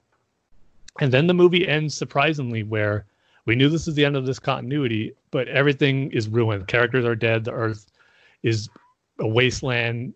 You can't end on that sour note. So I kind of figured what was going to happen happened, where everything started. This all happened because of Flashpoint, starting with that amazing Flashpoint movie. And so Constantine kind of talks Barry into doing it one more time, saying, any outcome is better than this. So the last thing we see is Barry run off into the Speed Force, and we just see this big bright light encompass the surviving characters as they all get absorbed into this light. And that's where it ends. And I will say that was kind of an abrupt ending. I wish it would show what the new world that Barry created would be like. Would it be Rebirth? Would they show little nods to that? But it just ends. And if you weren't a comics fan, if you're just watching it as someone who's a casual fan who likes these movies, is not too familiar with whole universe resets and reboots, you'd probably be wondering what the heck's going on. Did all these characters die? Did Flash just wipe them all out of existence? Because that's what it looked like, where they just got all absorbed by this big bright light. But for any comic fan knows, they know that they're just resetting the universe. So it was kind of a sad goodbye to this continuity. It's no longer there. And we've seen that happen in comics a lot of times. So it's kind of interesting and fun to see it done in a movie that established its own continuity as well. I just wish we would have saw what this new continuity that Barry established would have been, whether it was just in the credits, as the credits were rolling, you get little scenes here and there showing the new versions of the characters, but we didn't get anything. It was just, this universe is over. So that was a little bit of a bummer.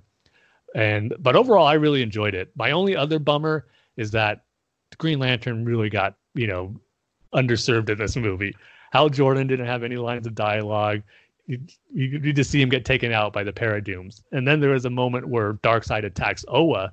I thought, this could be a pretty cool battle, but he just dominated the Green Lanterns. They really didn't have much of a chance against him. And I just thought, even though Darkseid's one of the strongest beings of the universe, the Green Lanterns wield the strongest weapon in the universe, and several of them could have pinned up a fight against Darkseid. I don't know if they would have won, but not just be taken out so easily. That's what I was disappointed with. Everyone got taken out so easily, which I didn't like seeing as a Green Lantern fan. So that was a bummer. So other than that, though, again, a nice story. Well, not a nice story, given the circumstances, but a well told, and a well done story to wrap up this continuity of the DC animated universe. So, I really enjoyed, for the most part, these movies over the last 6 years. There's been some ones that I felt could have been better, like The Reign of the Superman, and there was another one I forgot. It was kind of one I was disappointed with, but maybe not too disappointed if I can't remember. But there were some that I really loved. Obviously, Justice League War was great. Batman versus Robin, which was retelling of the Court of Owls, I thought was really, really well done. The first part of The Death of Superman, I really liked. That was good. So we had some really good movies in there, and it was just nice to see this movie universe established and grow over these past 6 years. And another good thing about this movie is that it referenced and kind of paid respects to a lot of the different aspects of this universe and the movies we've seen previously. Like I said, Suicide Squad got their moments to shine because they had a couple of movies. Suicide Squad Hell to Pay was really cool. The Titans had their moment too. That was the other one.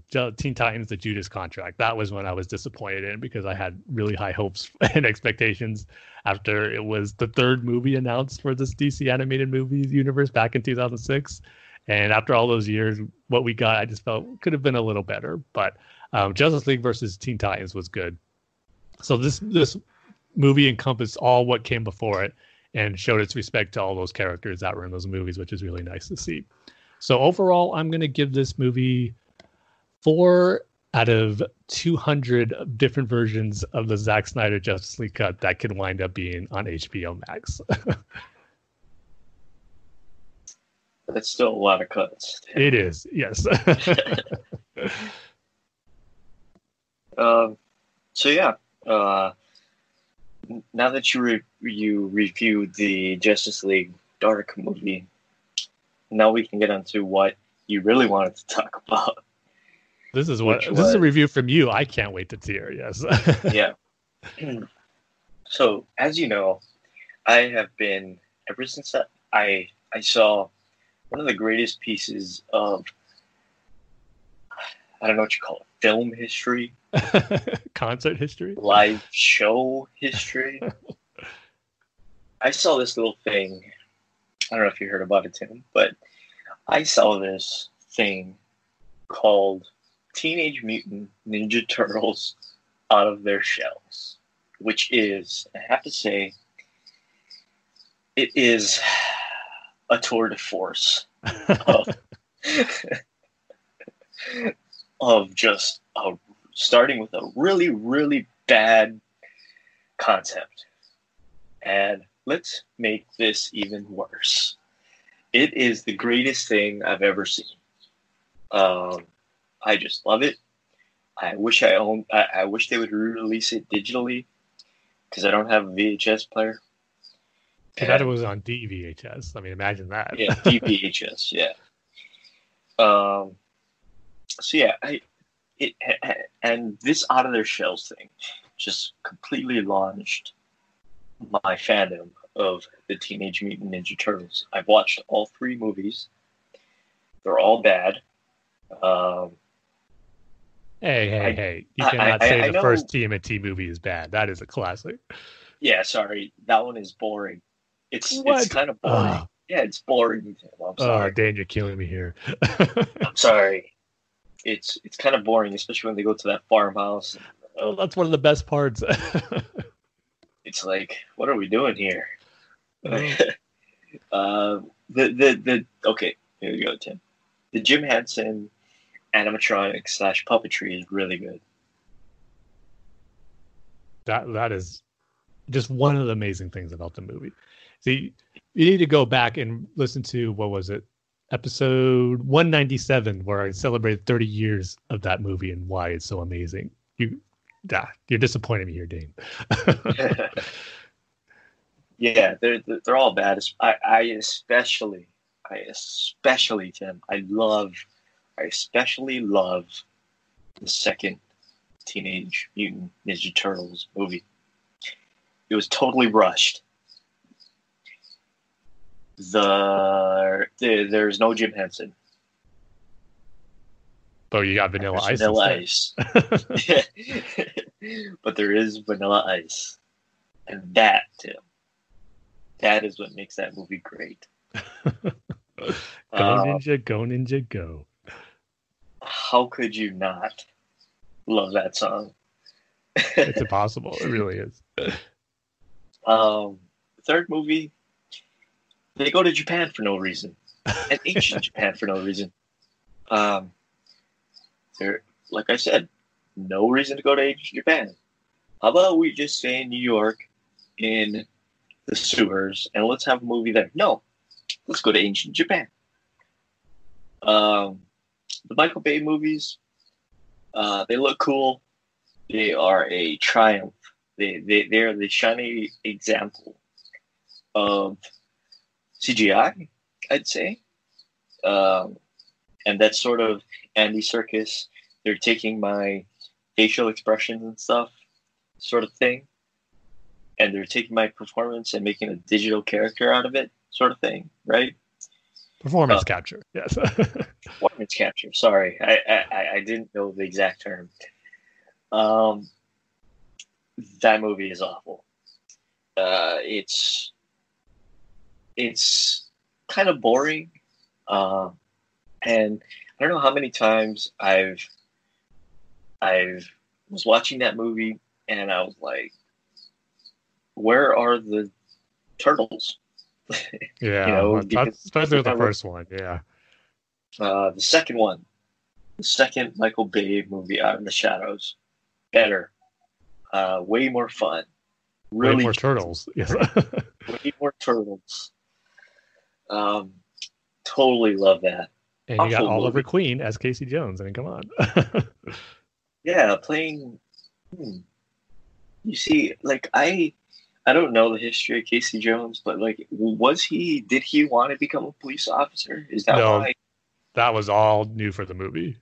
That's what I figured, because in the comics, but I mean, I'm jumping ahead a little bit, but in the comics, he is getting abused, beaten by his father, and he's in college for hockey on a hockey scholarship. I was like, that's really two different characters. Like what is the history of Casey Jones? But anyway, yeah, awful movie, but fun. And I think that's the point of these 5 Ninja Turtles live action movies, is that they have to be fun, right? They have to be fun. They have to be corny. They have to be cheesy. They have to have that weird accent, that surfer dude accent thing going on. They have to have a lot.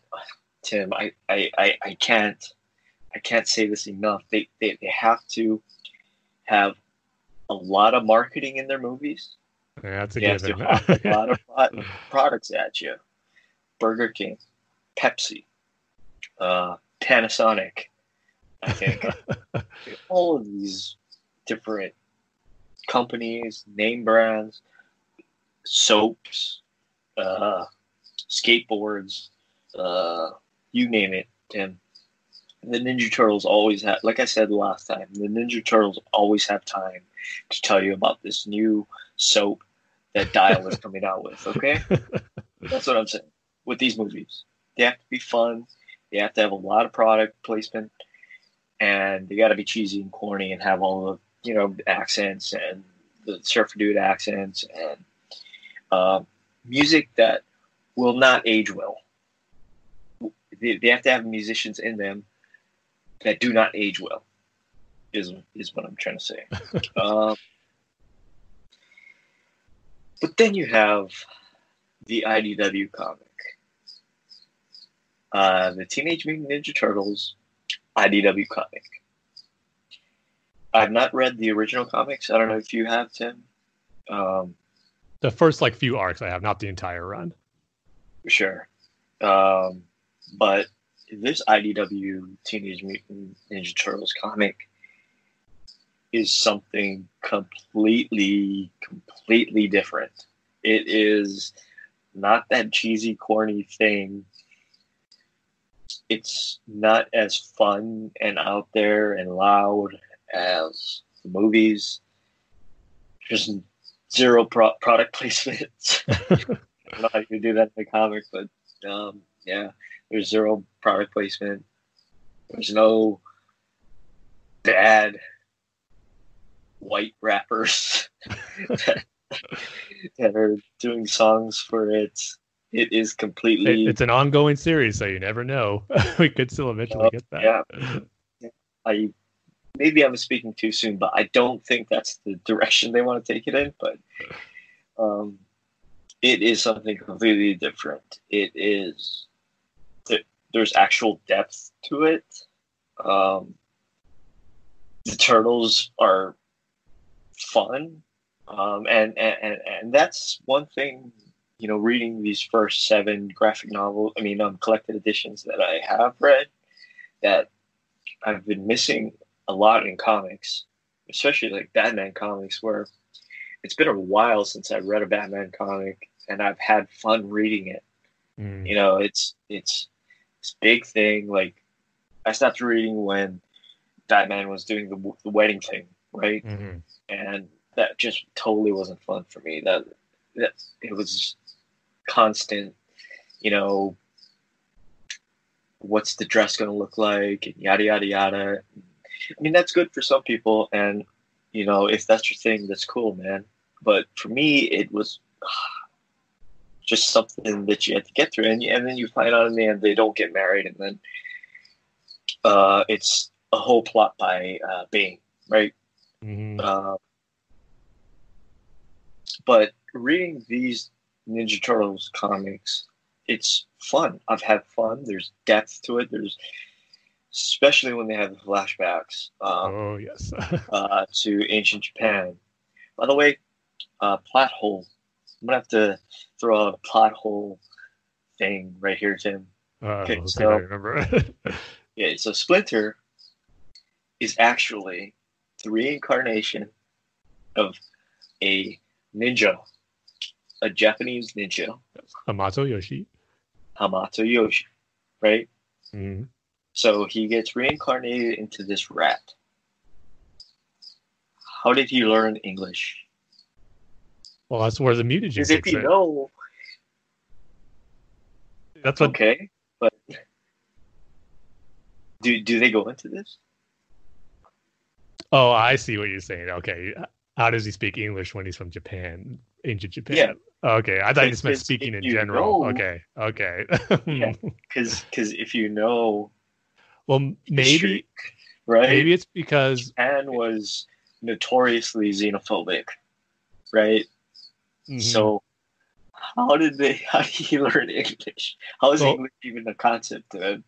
Well, here, maybe because in the lab he was in, the scientists were all speaking English, with April there too. Once they got the mutagen, his ability to speak just automatically kicked in what he's been hearing all those times, which was English. And that's why he speaks it. Plot hole solved. Okay, I guess so. I never really thought of it, but that's how I'm taking it now. That's how he speaks English. But man, this IDW comic is something else. It really is. It's literally the perfect marriage of like the campiness of the movies, and this sort of serious, I don't know what you would call it, year one of the Turtles. Batman year one for the Turtles. It's that perfect marriage of like everything that you could ever wanted as an adult, I'd say, for the Turtles. Yep. And it is near perfect. Yes. It's near perfect, and I love it. Like I said, it's been so long since I've actually enjoyed reading a comic and wondering, okay, so what happens next? Okay, I need to buy the next collected edition to see what happens. I need to see what happens next. You know, I just can't wait. So that's awesome. And I know obviously we talked about our last episode how much you enjoyed it, but there was one arc I could not wait for you to get to see how you thought of it, and I'm dying to know what you thought of this one, because I know you've read it, but you wouldn't tell me what you thought of it until we were recording. Okay, so I'm chomping at the bit. So, City Fall. Yes. I hated it, Tim. Thanks everyone for listening to our 200th episode. We'll see you next time, and I'll have a new co-host, one who enjoys the first Turtles movie and City Fall. Goodbye. No, I loved it. It was it was amazing, Tim. Going back to what I was saying about fun, having fun reading a comic, this was the most fun reading. This was the most fun I've had reading a comic since forever ago. Wow. And it was just one of those things, go into work early or whatever, and I'd be reading it, and then, okay, time to start work, and I'd be like, okay, so I just got to read these last few pages really. Okay, and then put away my phone and go to work, and then I I'm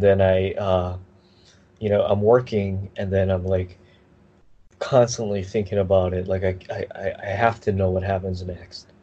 That's the greatest feeling when you're experiencing a story like that. You just can't stop thinking about it. Yeah. So while I'm working, it's sort of like, man, I want to know what happens next. I just have to know what happens next. And then when I go on break, it's like that's all I'm doing is I'm just reading through the storyline, the City Fall storyline, and it's something that's so, I don't know, it's kind of like a run-of-the-mill sort of concept that you could kind of see coming. The storyline is Shredder sort of convinces or brainwashes Leo to join his side. And it's like, oh, okay, of course he does. But it's everything that happened in between. Mm-hmm. And it's how it's specifically it's about how Leo starts to have doubts with his mom coming to him in dreams. I love that stuff. I thought that was an amazing way to bring the whole story kind of together, the ancient Japan stuff and this current story. I just thought it was a really, really good idea. Yeah, I love the City Fall. I loved how Splinter and the Turtles have to team up with Old Hob, and he has to break into the stock gen to steal the mutagen so that Old Hob can help him. Save Leo.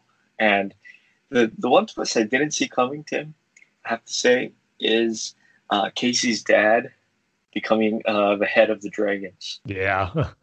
I don't know if he's like if that's a thing from the old comics or something. Or, no, he's actually became a character who was first introduced in the second animated series in 2003 called Hun. But he wasn't Casey's dad in that animated series. I think they created Casey's dad just for this comic, and then they took the character Hun from that 2003 series and incorporated Casey's dad to become him in this one. So I definitely did not see that coming as well. Yeah. But that's another thing too, the whole thing with Casey getting taken out by Shredder and just the reaction that has, not only for Raph, but how it changes his dad too. Yeah.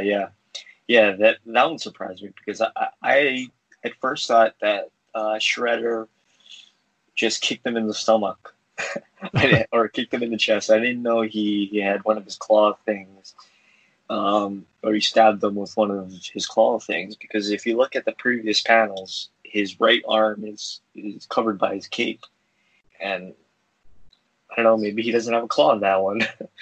So at first I thought he just kicked him really hard in the stomach, but yeah, especially with this storyline, I kind of you kind of don't get it with the previous storylines, but the Turtles working together, Donnie with all of his tech stuff, Raph just going crazy. Some of those panels with him screaming, it's like, that's another thing too. The art is amazing. It's not your high tech sort of high detail Jim Lee stuff, but like it's this sort of and I don't mean this as a negative, but simplistic, but raw. I think is the right word. It's totally fits an indie comic, which is great for the Turtles. But yeah, I didn't expect Casey to get stabbed. Didn't expect Casey's dad to become the head of the Dragons, and I didn't expect to see the mother again. what's her? I think her name is Tang Shen. Tang Shen, yeah. Mm-hmm. Yeah, Tang Shen. Like I didn't expect to see her again. I liked how she was incorporated into the story, and I loved the conclusion of the story where the turtles escape with Splinter and Old Hob and Slash. By the way, is Slash an old character or is he a new character? No, okay. He's an old character. Yeah. Okay. And what about Old Hob? He's a new character just for this comic series. Yeah. Okay. But did you read his micro issue yet at all? No, I haven't read the micro series yet. Any of the micro series. So, and there's a lot of stuff that apparently I'm missing because they're like every other panel it seems, or every other page it's like, see micro series Donatello or something. You see, I think you're at a good spot now. You just finished this big arc of City Fall. The Turtles are going to regroup. So this might be a good time for you to go and read those micro series issues before you start the next chapters. Yeah, because I already started the Northampton. Okay, so you're in the middle. It's still a good time to go back. It's still a time of regrouping. But what I really liked was the ending where they get away, everything's fine, but then Spencer goes out to touch or put his hand on Leo's shoulder, and he's like, he recoils back and he's like all scared and he's like, "Don't touch me, don't touch me." Mm-hmm. I just thought that was weird. Like where are they leading? Yeah, where are they going with that? Man, just the way it dives into the Turtles as characters.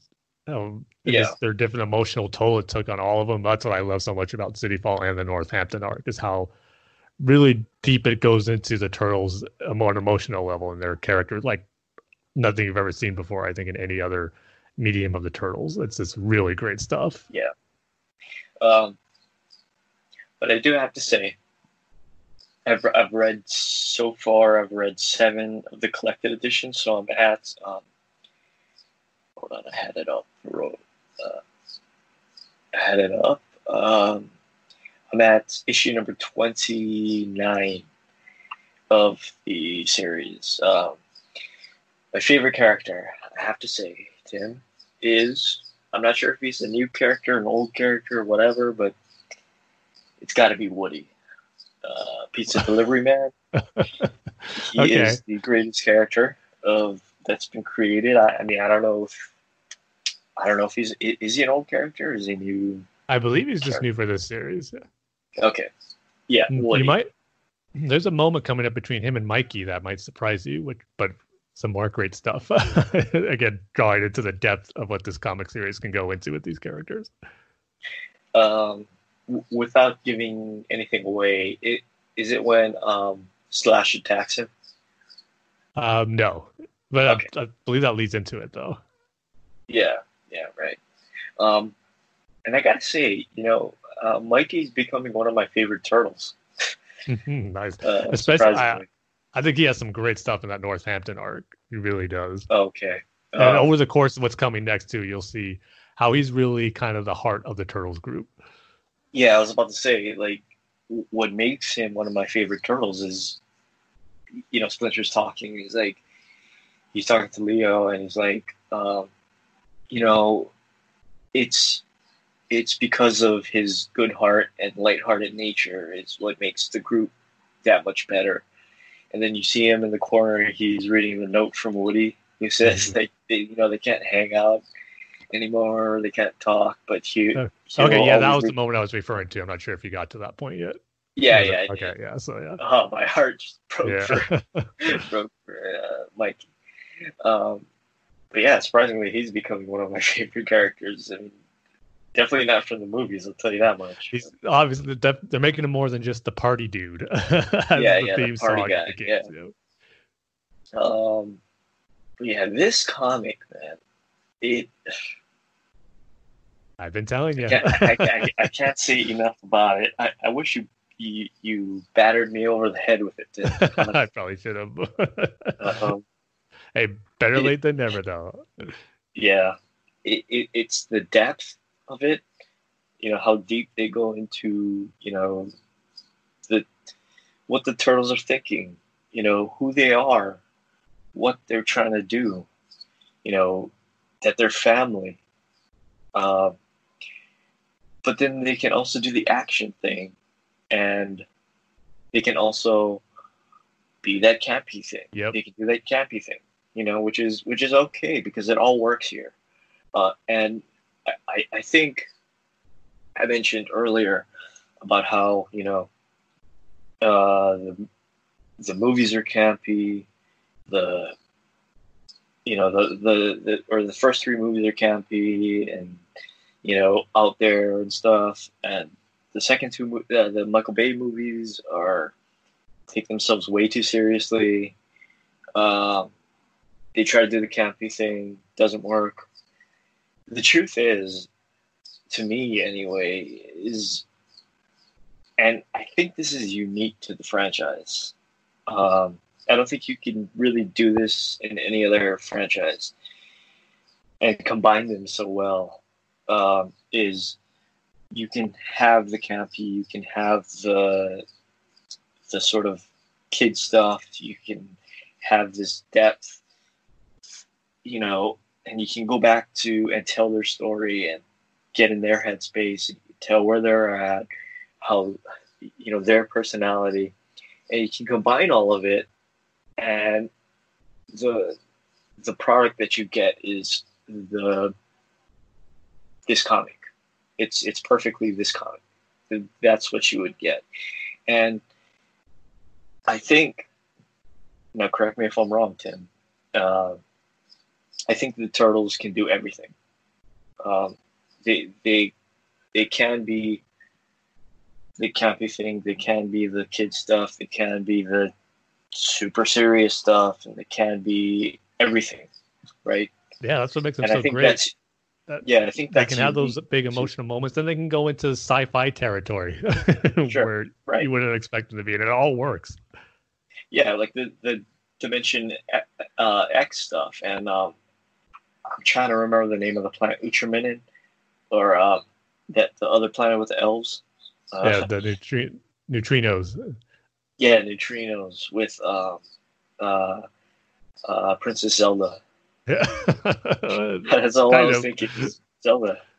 But yeah, like you can have this big, huge battles, sci-fi battle, and what I really appreciated was, and I'm sure they do this in a future storyline, but they're not saving the world.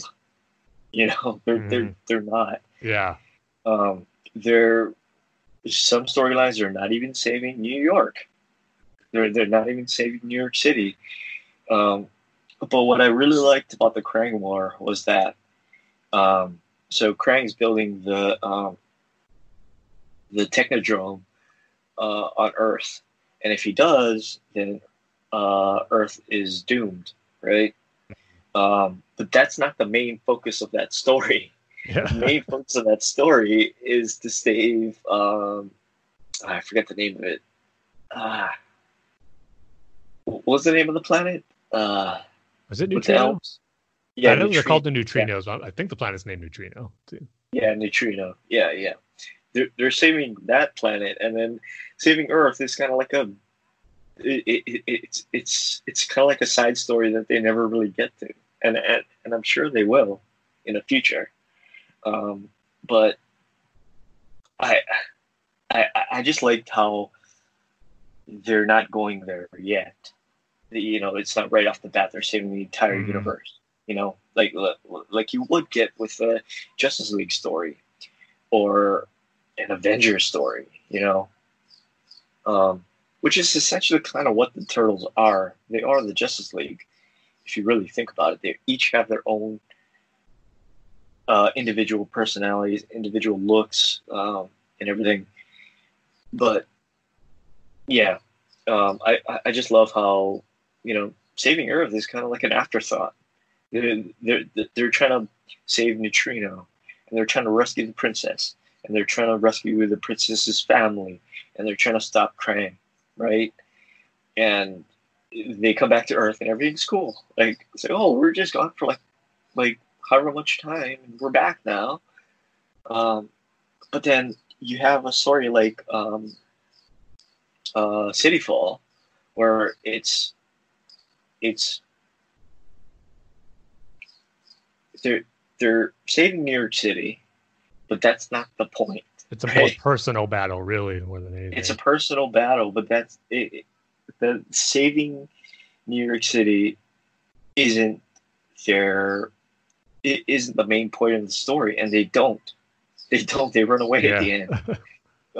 And Shredder takes over the crime families and the crime groups and the gangs and whatever, and the Turtles have to go to Northampton. And for that alone is mind blowing to me, and it's what makes this comic so great. Is in the end, it is about Turtles. It is about, Leo and Mikey and Splinter and it's about the family, really. Yeah. Yeah, it's about the family, and Casey Jones and April included, and Angel as well, and Slash. But yeah, I in a way, it's kind of refreshing. Especially in this day and age where the Avengers are going out, stopping whoever it is from destroying the universe, or same thing with the Justice League. It is really, really refreshing, and it keeps it grounded, and it keeps me caring, honestly, about the Turtles. I honestly cared about what happened to Leo. Is he going to kill somebody? Is Shredder going to have him kill somebody? How long is I know it's he's not going to be on Shredder's side forever, but how long is he going to be on his side? I mean, are the other three Turtles and Splinter going to fail during the storyline? You know what I mean? It sort of keeps it grounded and unpredictable. And just that when he's back. When he's free from Shredder's control, it's not just, okay, I'm back, I'm ready to fight with you guys. There's a big side effect that toll it takes on him emotionally and mentally too, as far as he's unstable or he's not sure what to do or think over this period next, as you're reading in the Northampton arc. And it's not just a quick and easy fix that he's back to normal. That's, again, it makes it more realistic, and it makes it more personal and enjoyable to read, to knowing that there is more to the story than just such a quick, easy fix, and you just really dive into more of these characters and what they're all about, which is so great. Yeah, and that's another thing too. I don't think this comic is lazy in the sense that, okay, we rescued Leo, everything is fine, we're gonna go fight some crime now,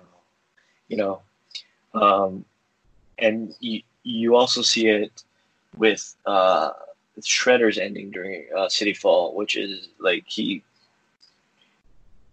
is the master of all the gangs in New York. It's not this sort of okay, the Turtles win the day and everything is fine, and now we can move on to the next storyline, which to me is lazy. It's a much more harder thing to have them run away at the end and have Leo, recoil when Splinter tries to put his hand on his shoulder and be like, "It's okay, son," and that's what I'm truly interested in, the interconnection between the Turtles and Splinter and ancient Japan and I don't know, Casey Jones, and all of these characters. What they really did well is they made me care about the characters. I mean, because you can have a character like Casey Jones, but then that beats up everybody. But then if that's it, then okay, and that was kind of the problem with the movies, with the Michael Bay movie Out of the Shadows, where Casey Jones, they tried to give him depth, but it just did not work. Same thing with April in those movies, where it's just okay, she's a reporter, and what else? I need something for me to connect, and they try to do it with, okay, so her father was the scientist that made the Turtles, and she named the Turtles, and yada yada yada, but then There's nothing else really to that, you know. So I think the true genius of these comics is that they truly make you care about each individual character that they introduce. Even Slash, like how he's being hurt in some way. I mean, first he was created to hunt. That was just his main purpose. But then he attacks the turtles. Leo stabs him with his sword, and then it seemed like Old Hob. I don't know if I misinterpreted this, but like it seems like Old Hob is hurting him, or somebody's hurting him to make him do stuff.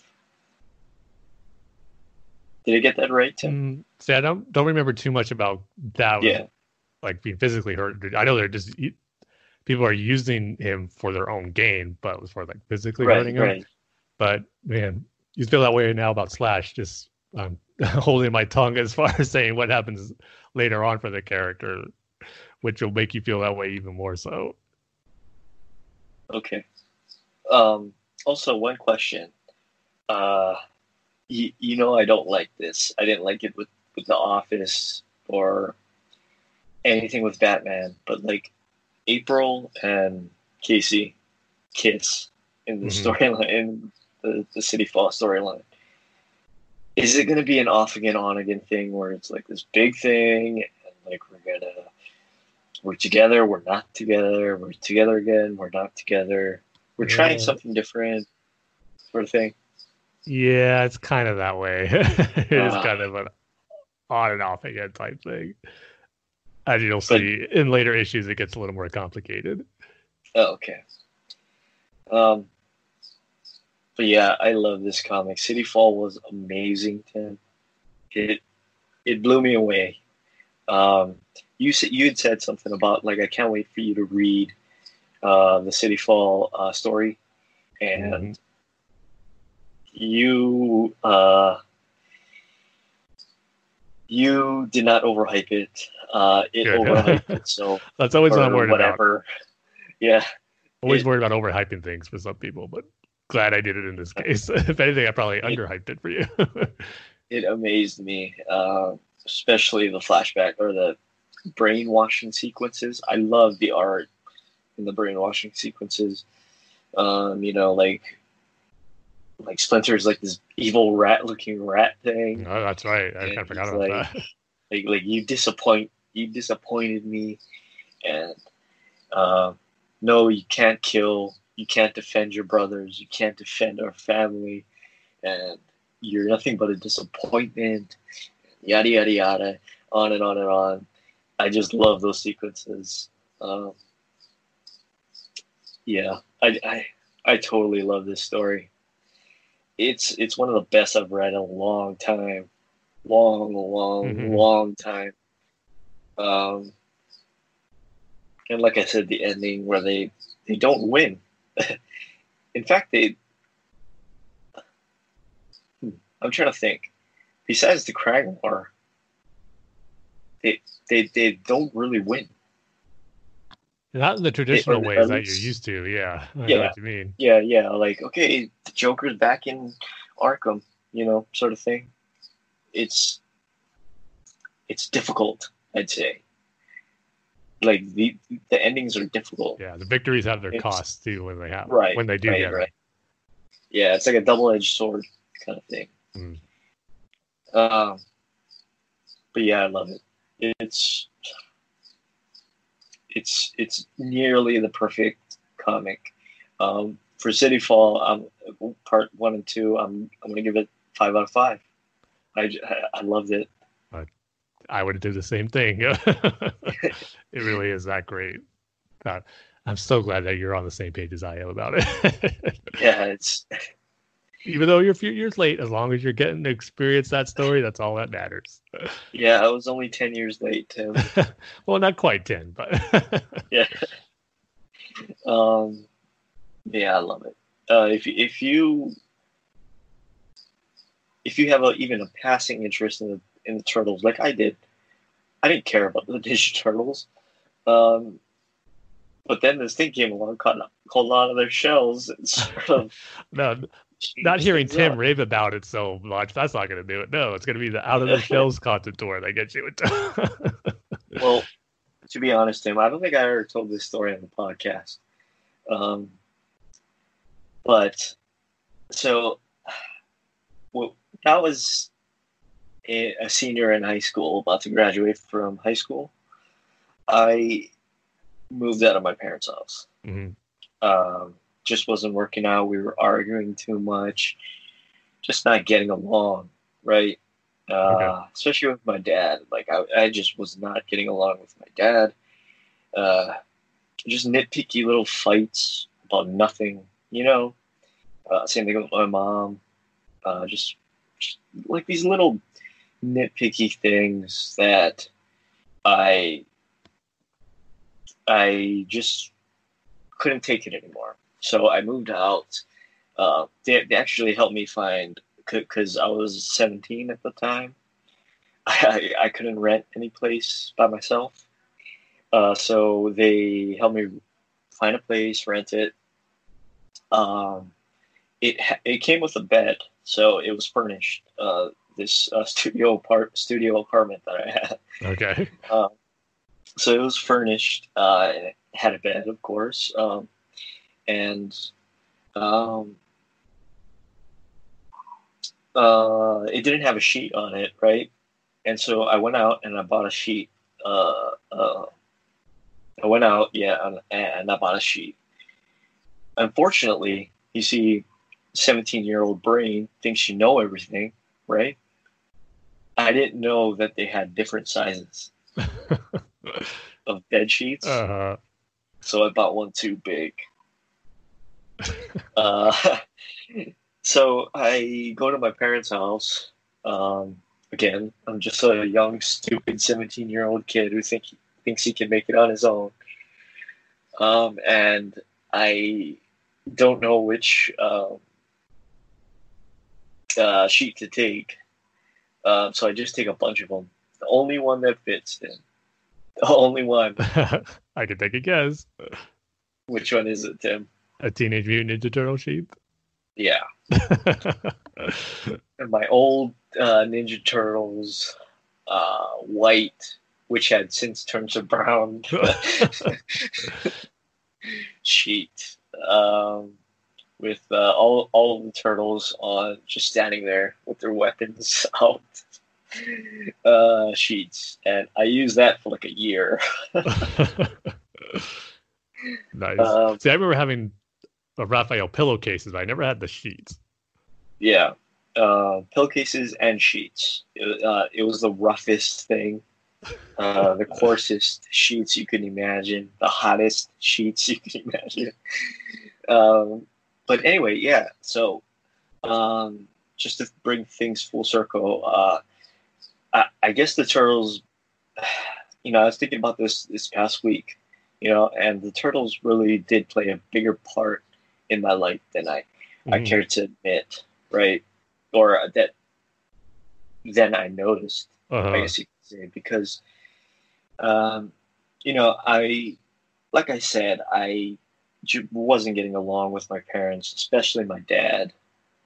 And, you know, I'm living in this studio apartment. I'm 17 years old. I just graduated from high school.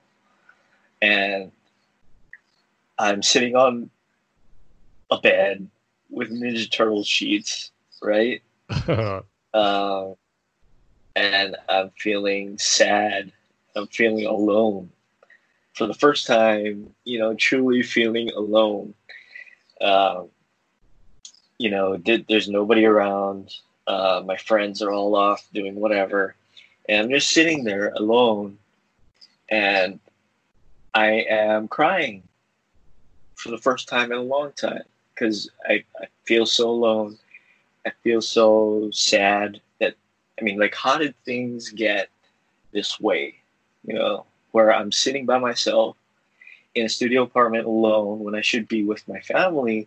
I should be with my sisters. I should be with my dad. I should be with my mom, celebrating that I graduated from high school. And why am I here? You know, so like, why am I, you know, why am I why do I feel so sad? You know, and I'm sitting on this bed with my Ninja Turtles sheets, crying, and then I realized that, I mean, especially with my dad, like we just weren't getting along because I didn't feel like my dad cared about me, or my dad, you know, sort of was like, you know, like your stereotypical dad, you know, that asks you how you are, or, you know, tells you he loves you, or, you know, does things with you, right? But, you know, I was just thinking about my dad, and like, it suddenly hit me with these Ninja Turtle sheets, like out of nowhere. Like my dad was distant. Like my dad he's still distant. He's never told me he loved me. He's totally distant. He tries, and like what I didn't realize at the time was that he was trying, and my dad's dad died when he was young. He was like 10 or 11. He died when he was young. Okay. And he every story that he's ever told me about my grandfather, his dad, is a bad story. Like he was either yelling at him or he was, you know, scolding him or something. And I'm looking down at these Ninja Turtle sheets and I'm like, he was trying, because I remember my dad works at night, right? He works the night shift. And I remember him putting me to bed almost every night and telling me to think up a story about the Ninja Turtles, that I would like make up a story in your head about what they did, who they fought, and tell it to me when you come home from school, because he would be home in the morning time, but before or after I would leave for school, and then tell me that story. And what I didn't realize at the time was that he was trying, and that he just didn't know how to be a dad, because he didn't grow up with a dad, and every experience he had was a bad experience, or at least all the ones that he remembers or chooses to remember. So he was trying, he just didn't know how, right? And so that was the story that sort of was going through my head, you know, as I was reading these comics. And in a sense, the Ninja Turtles sort of brought me and my dad closer together, and they play a bigger part in my life, I guess you could say, because now me and my dad are closer, because I realized he was trying. All those times he was trying to, he wanted to go in the backyard and throw the baseball, or he wanted to do whatever, right? He was trying, and that's the main thing.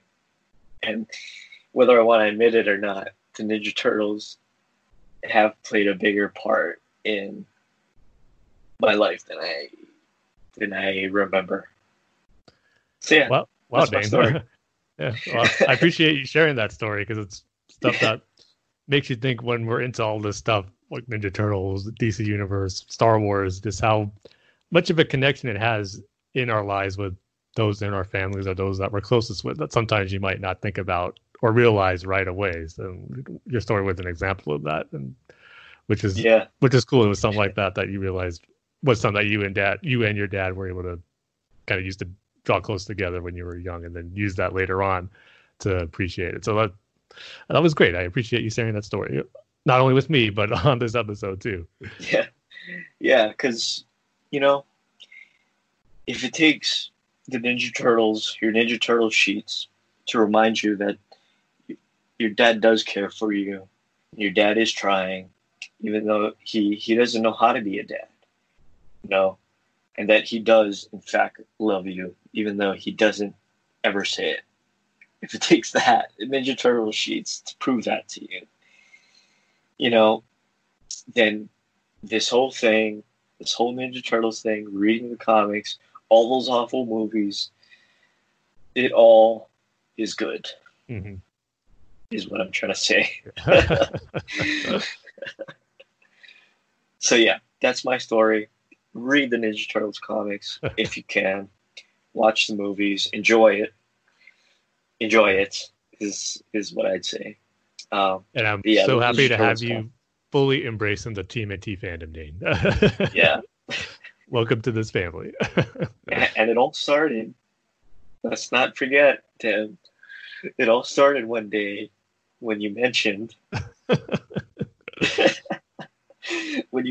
something called Out of Their Shells. So yeah. So something good did come out of that. Yeah. That's all been worth it then. So yeah, that's it from us. Go to BatmanUniverse.net, Facebook.com/BatmanUniverse, Twitter handles @BatmanUniverse. Tim's, the show's Twitter handles @Bat-Fans Podcast. Tim's Twitter handles @TimG311. And my Twitter handles @DatesIsBanana. Rate and reviews on iTunes. You can email the show at batfans.pants@gmail.com. So with that, we see at the end of every single episode, Tim. We love each and every one of you with all 200 of our hearts re-edited by Zack Snyder. And see you guys. I was going to say, just before we close, just got to say a big thank you to everyone for allowing us to make it to 200 episodes. I know we've been doing this for a couple of years now. It's been awesome and fun. I know we're not the biggest Batman podcast out there, obviously, but we appreciate those who do listen. And obviously, it's kind of evolved more than just a Batman podcast. I think we're embracing the fans aspect of the Bat-Fans name of our podcast, is talking about all our different fandoms that we've had. That includes Star Wars, Ninja Turtles, video games, and all that stuff. So it's just fun to talk about all that geeky stuff that we enjoy, and have those who listen and enjoy it. We appreciate it. And also thank you to Dustin over at the Batman Universe, who's allowing us to host our podcast and to allow us to do these episodes is appreciated as well, because we do enjoy doing it every 2 weeks and just getting able to geek out with each other and with you guys. So thanks to everyone for 200 episodes, and hopefully we'll make it to 300. Yeah. Even though Dustin is the enemy of the podcast, of our podcast, right? Remember when we used to do that? Like, how do we beat up Dustin? Yeah, that's on the top. But yeah, we'd come up with these elaborate plans. But yeah, thank you to everybody who listens, who's ever listened, who is thinking about listening, and thank you to Dustin and the BatmanUniverse.net. So we will see you guys next time. Yep. See you next time, everybody, for episode 201.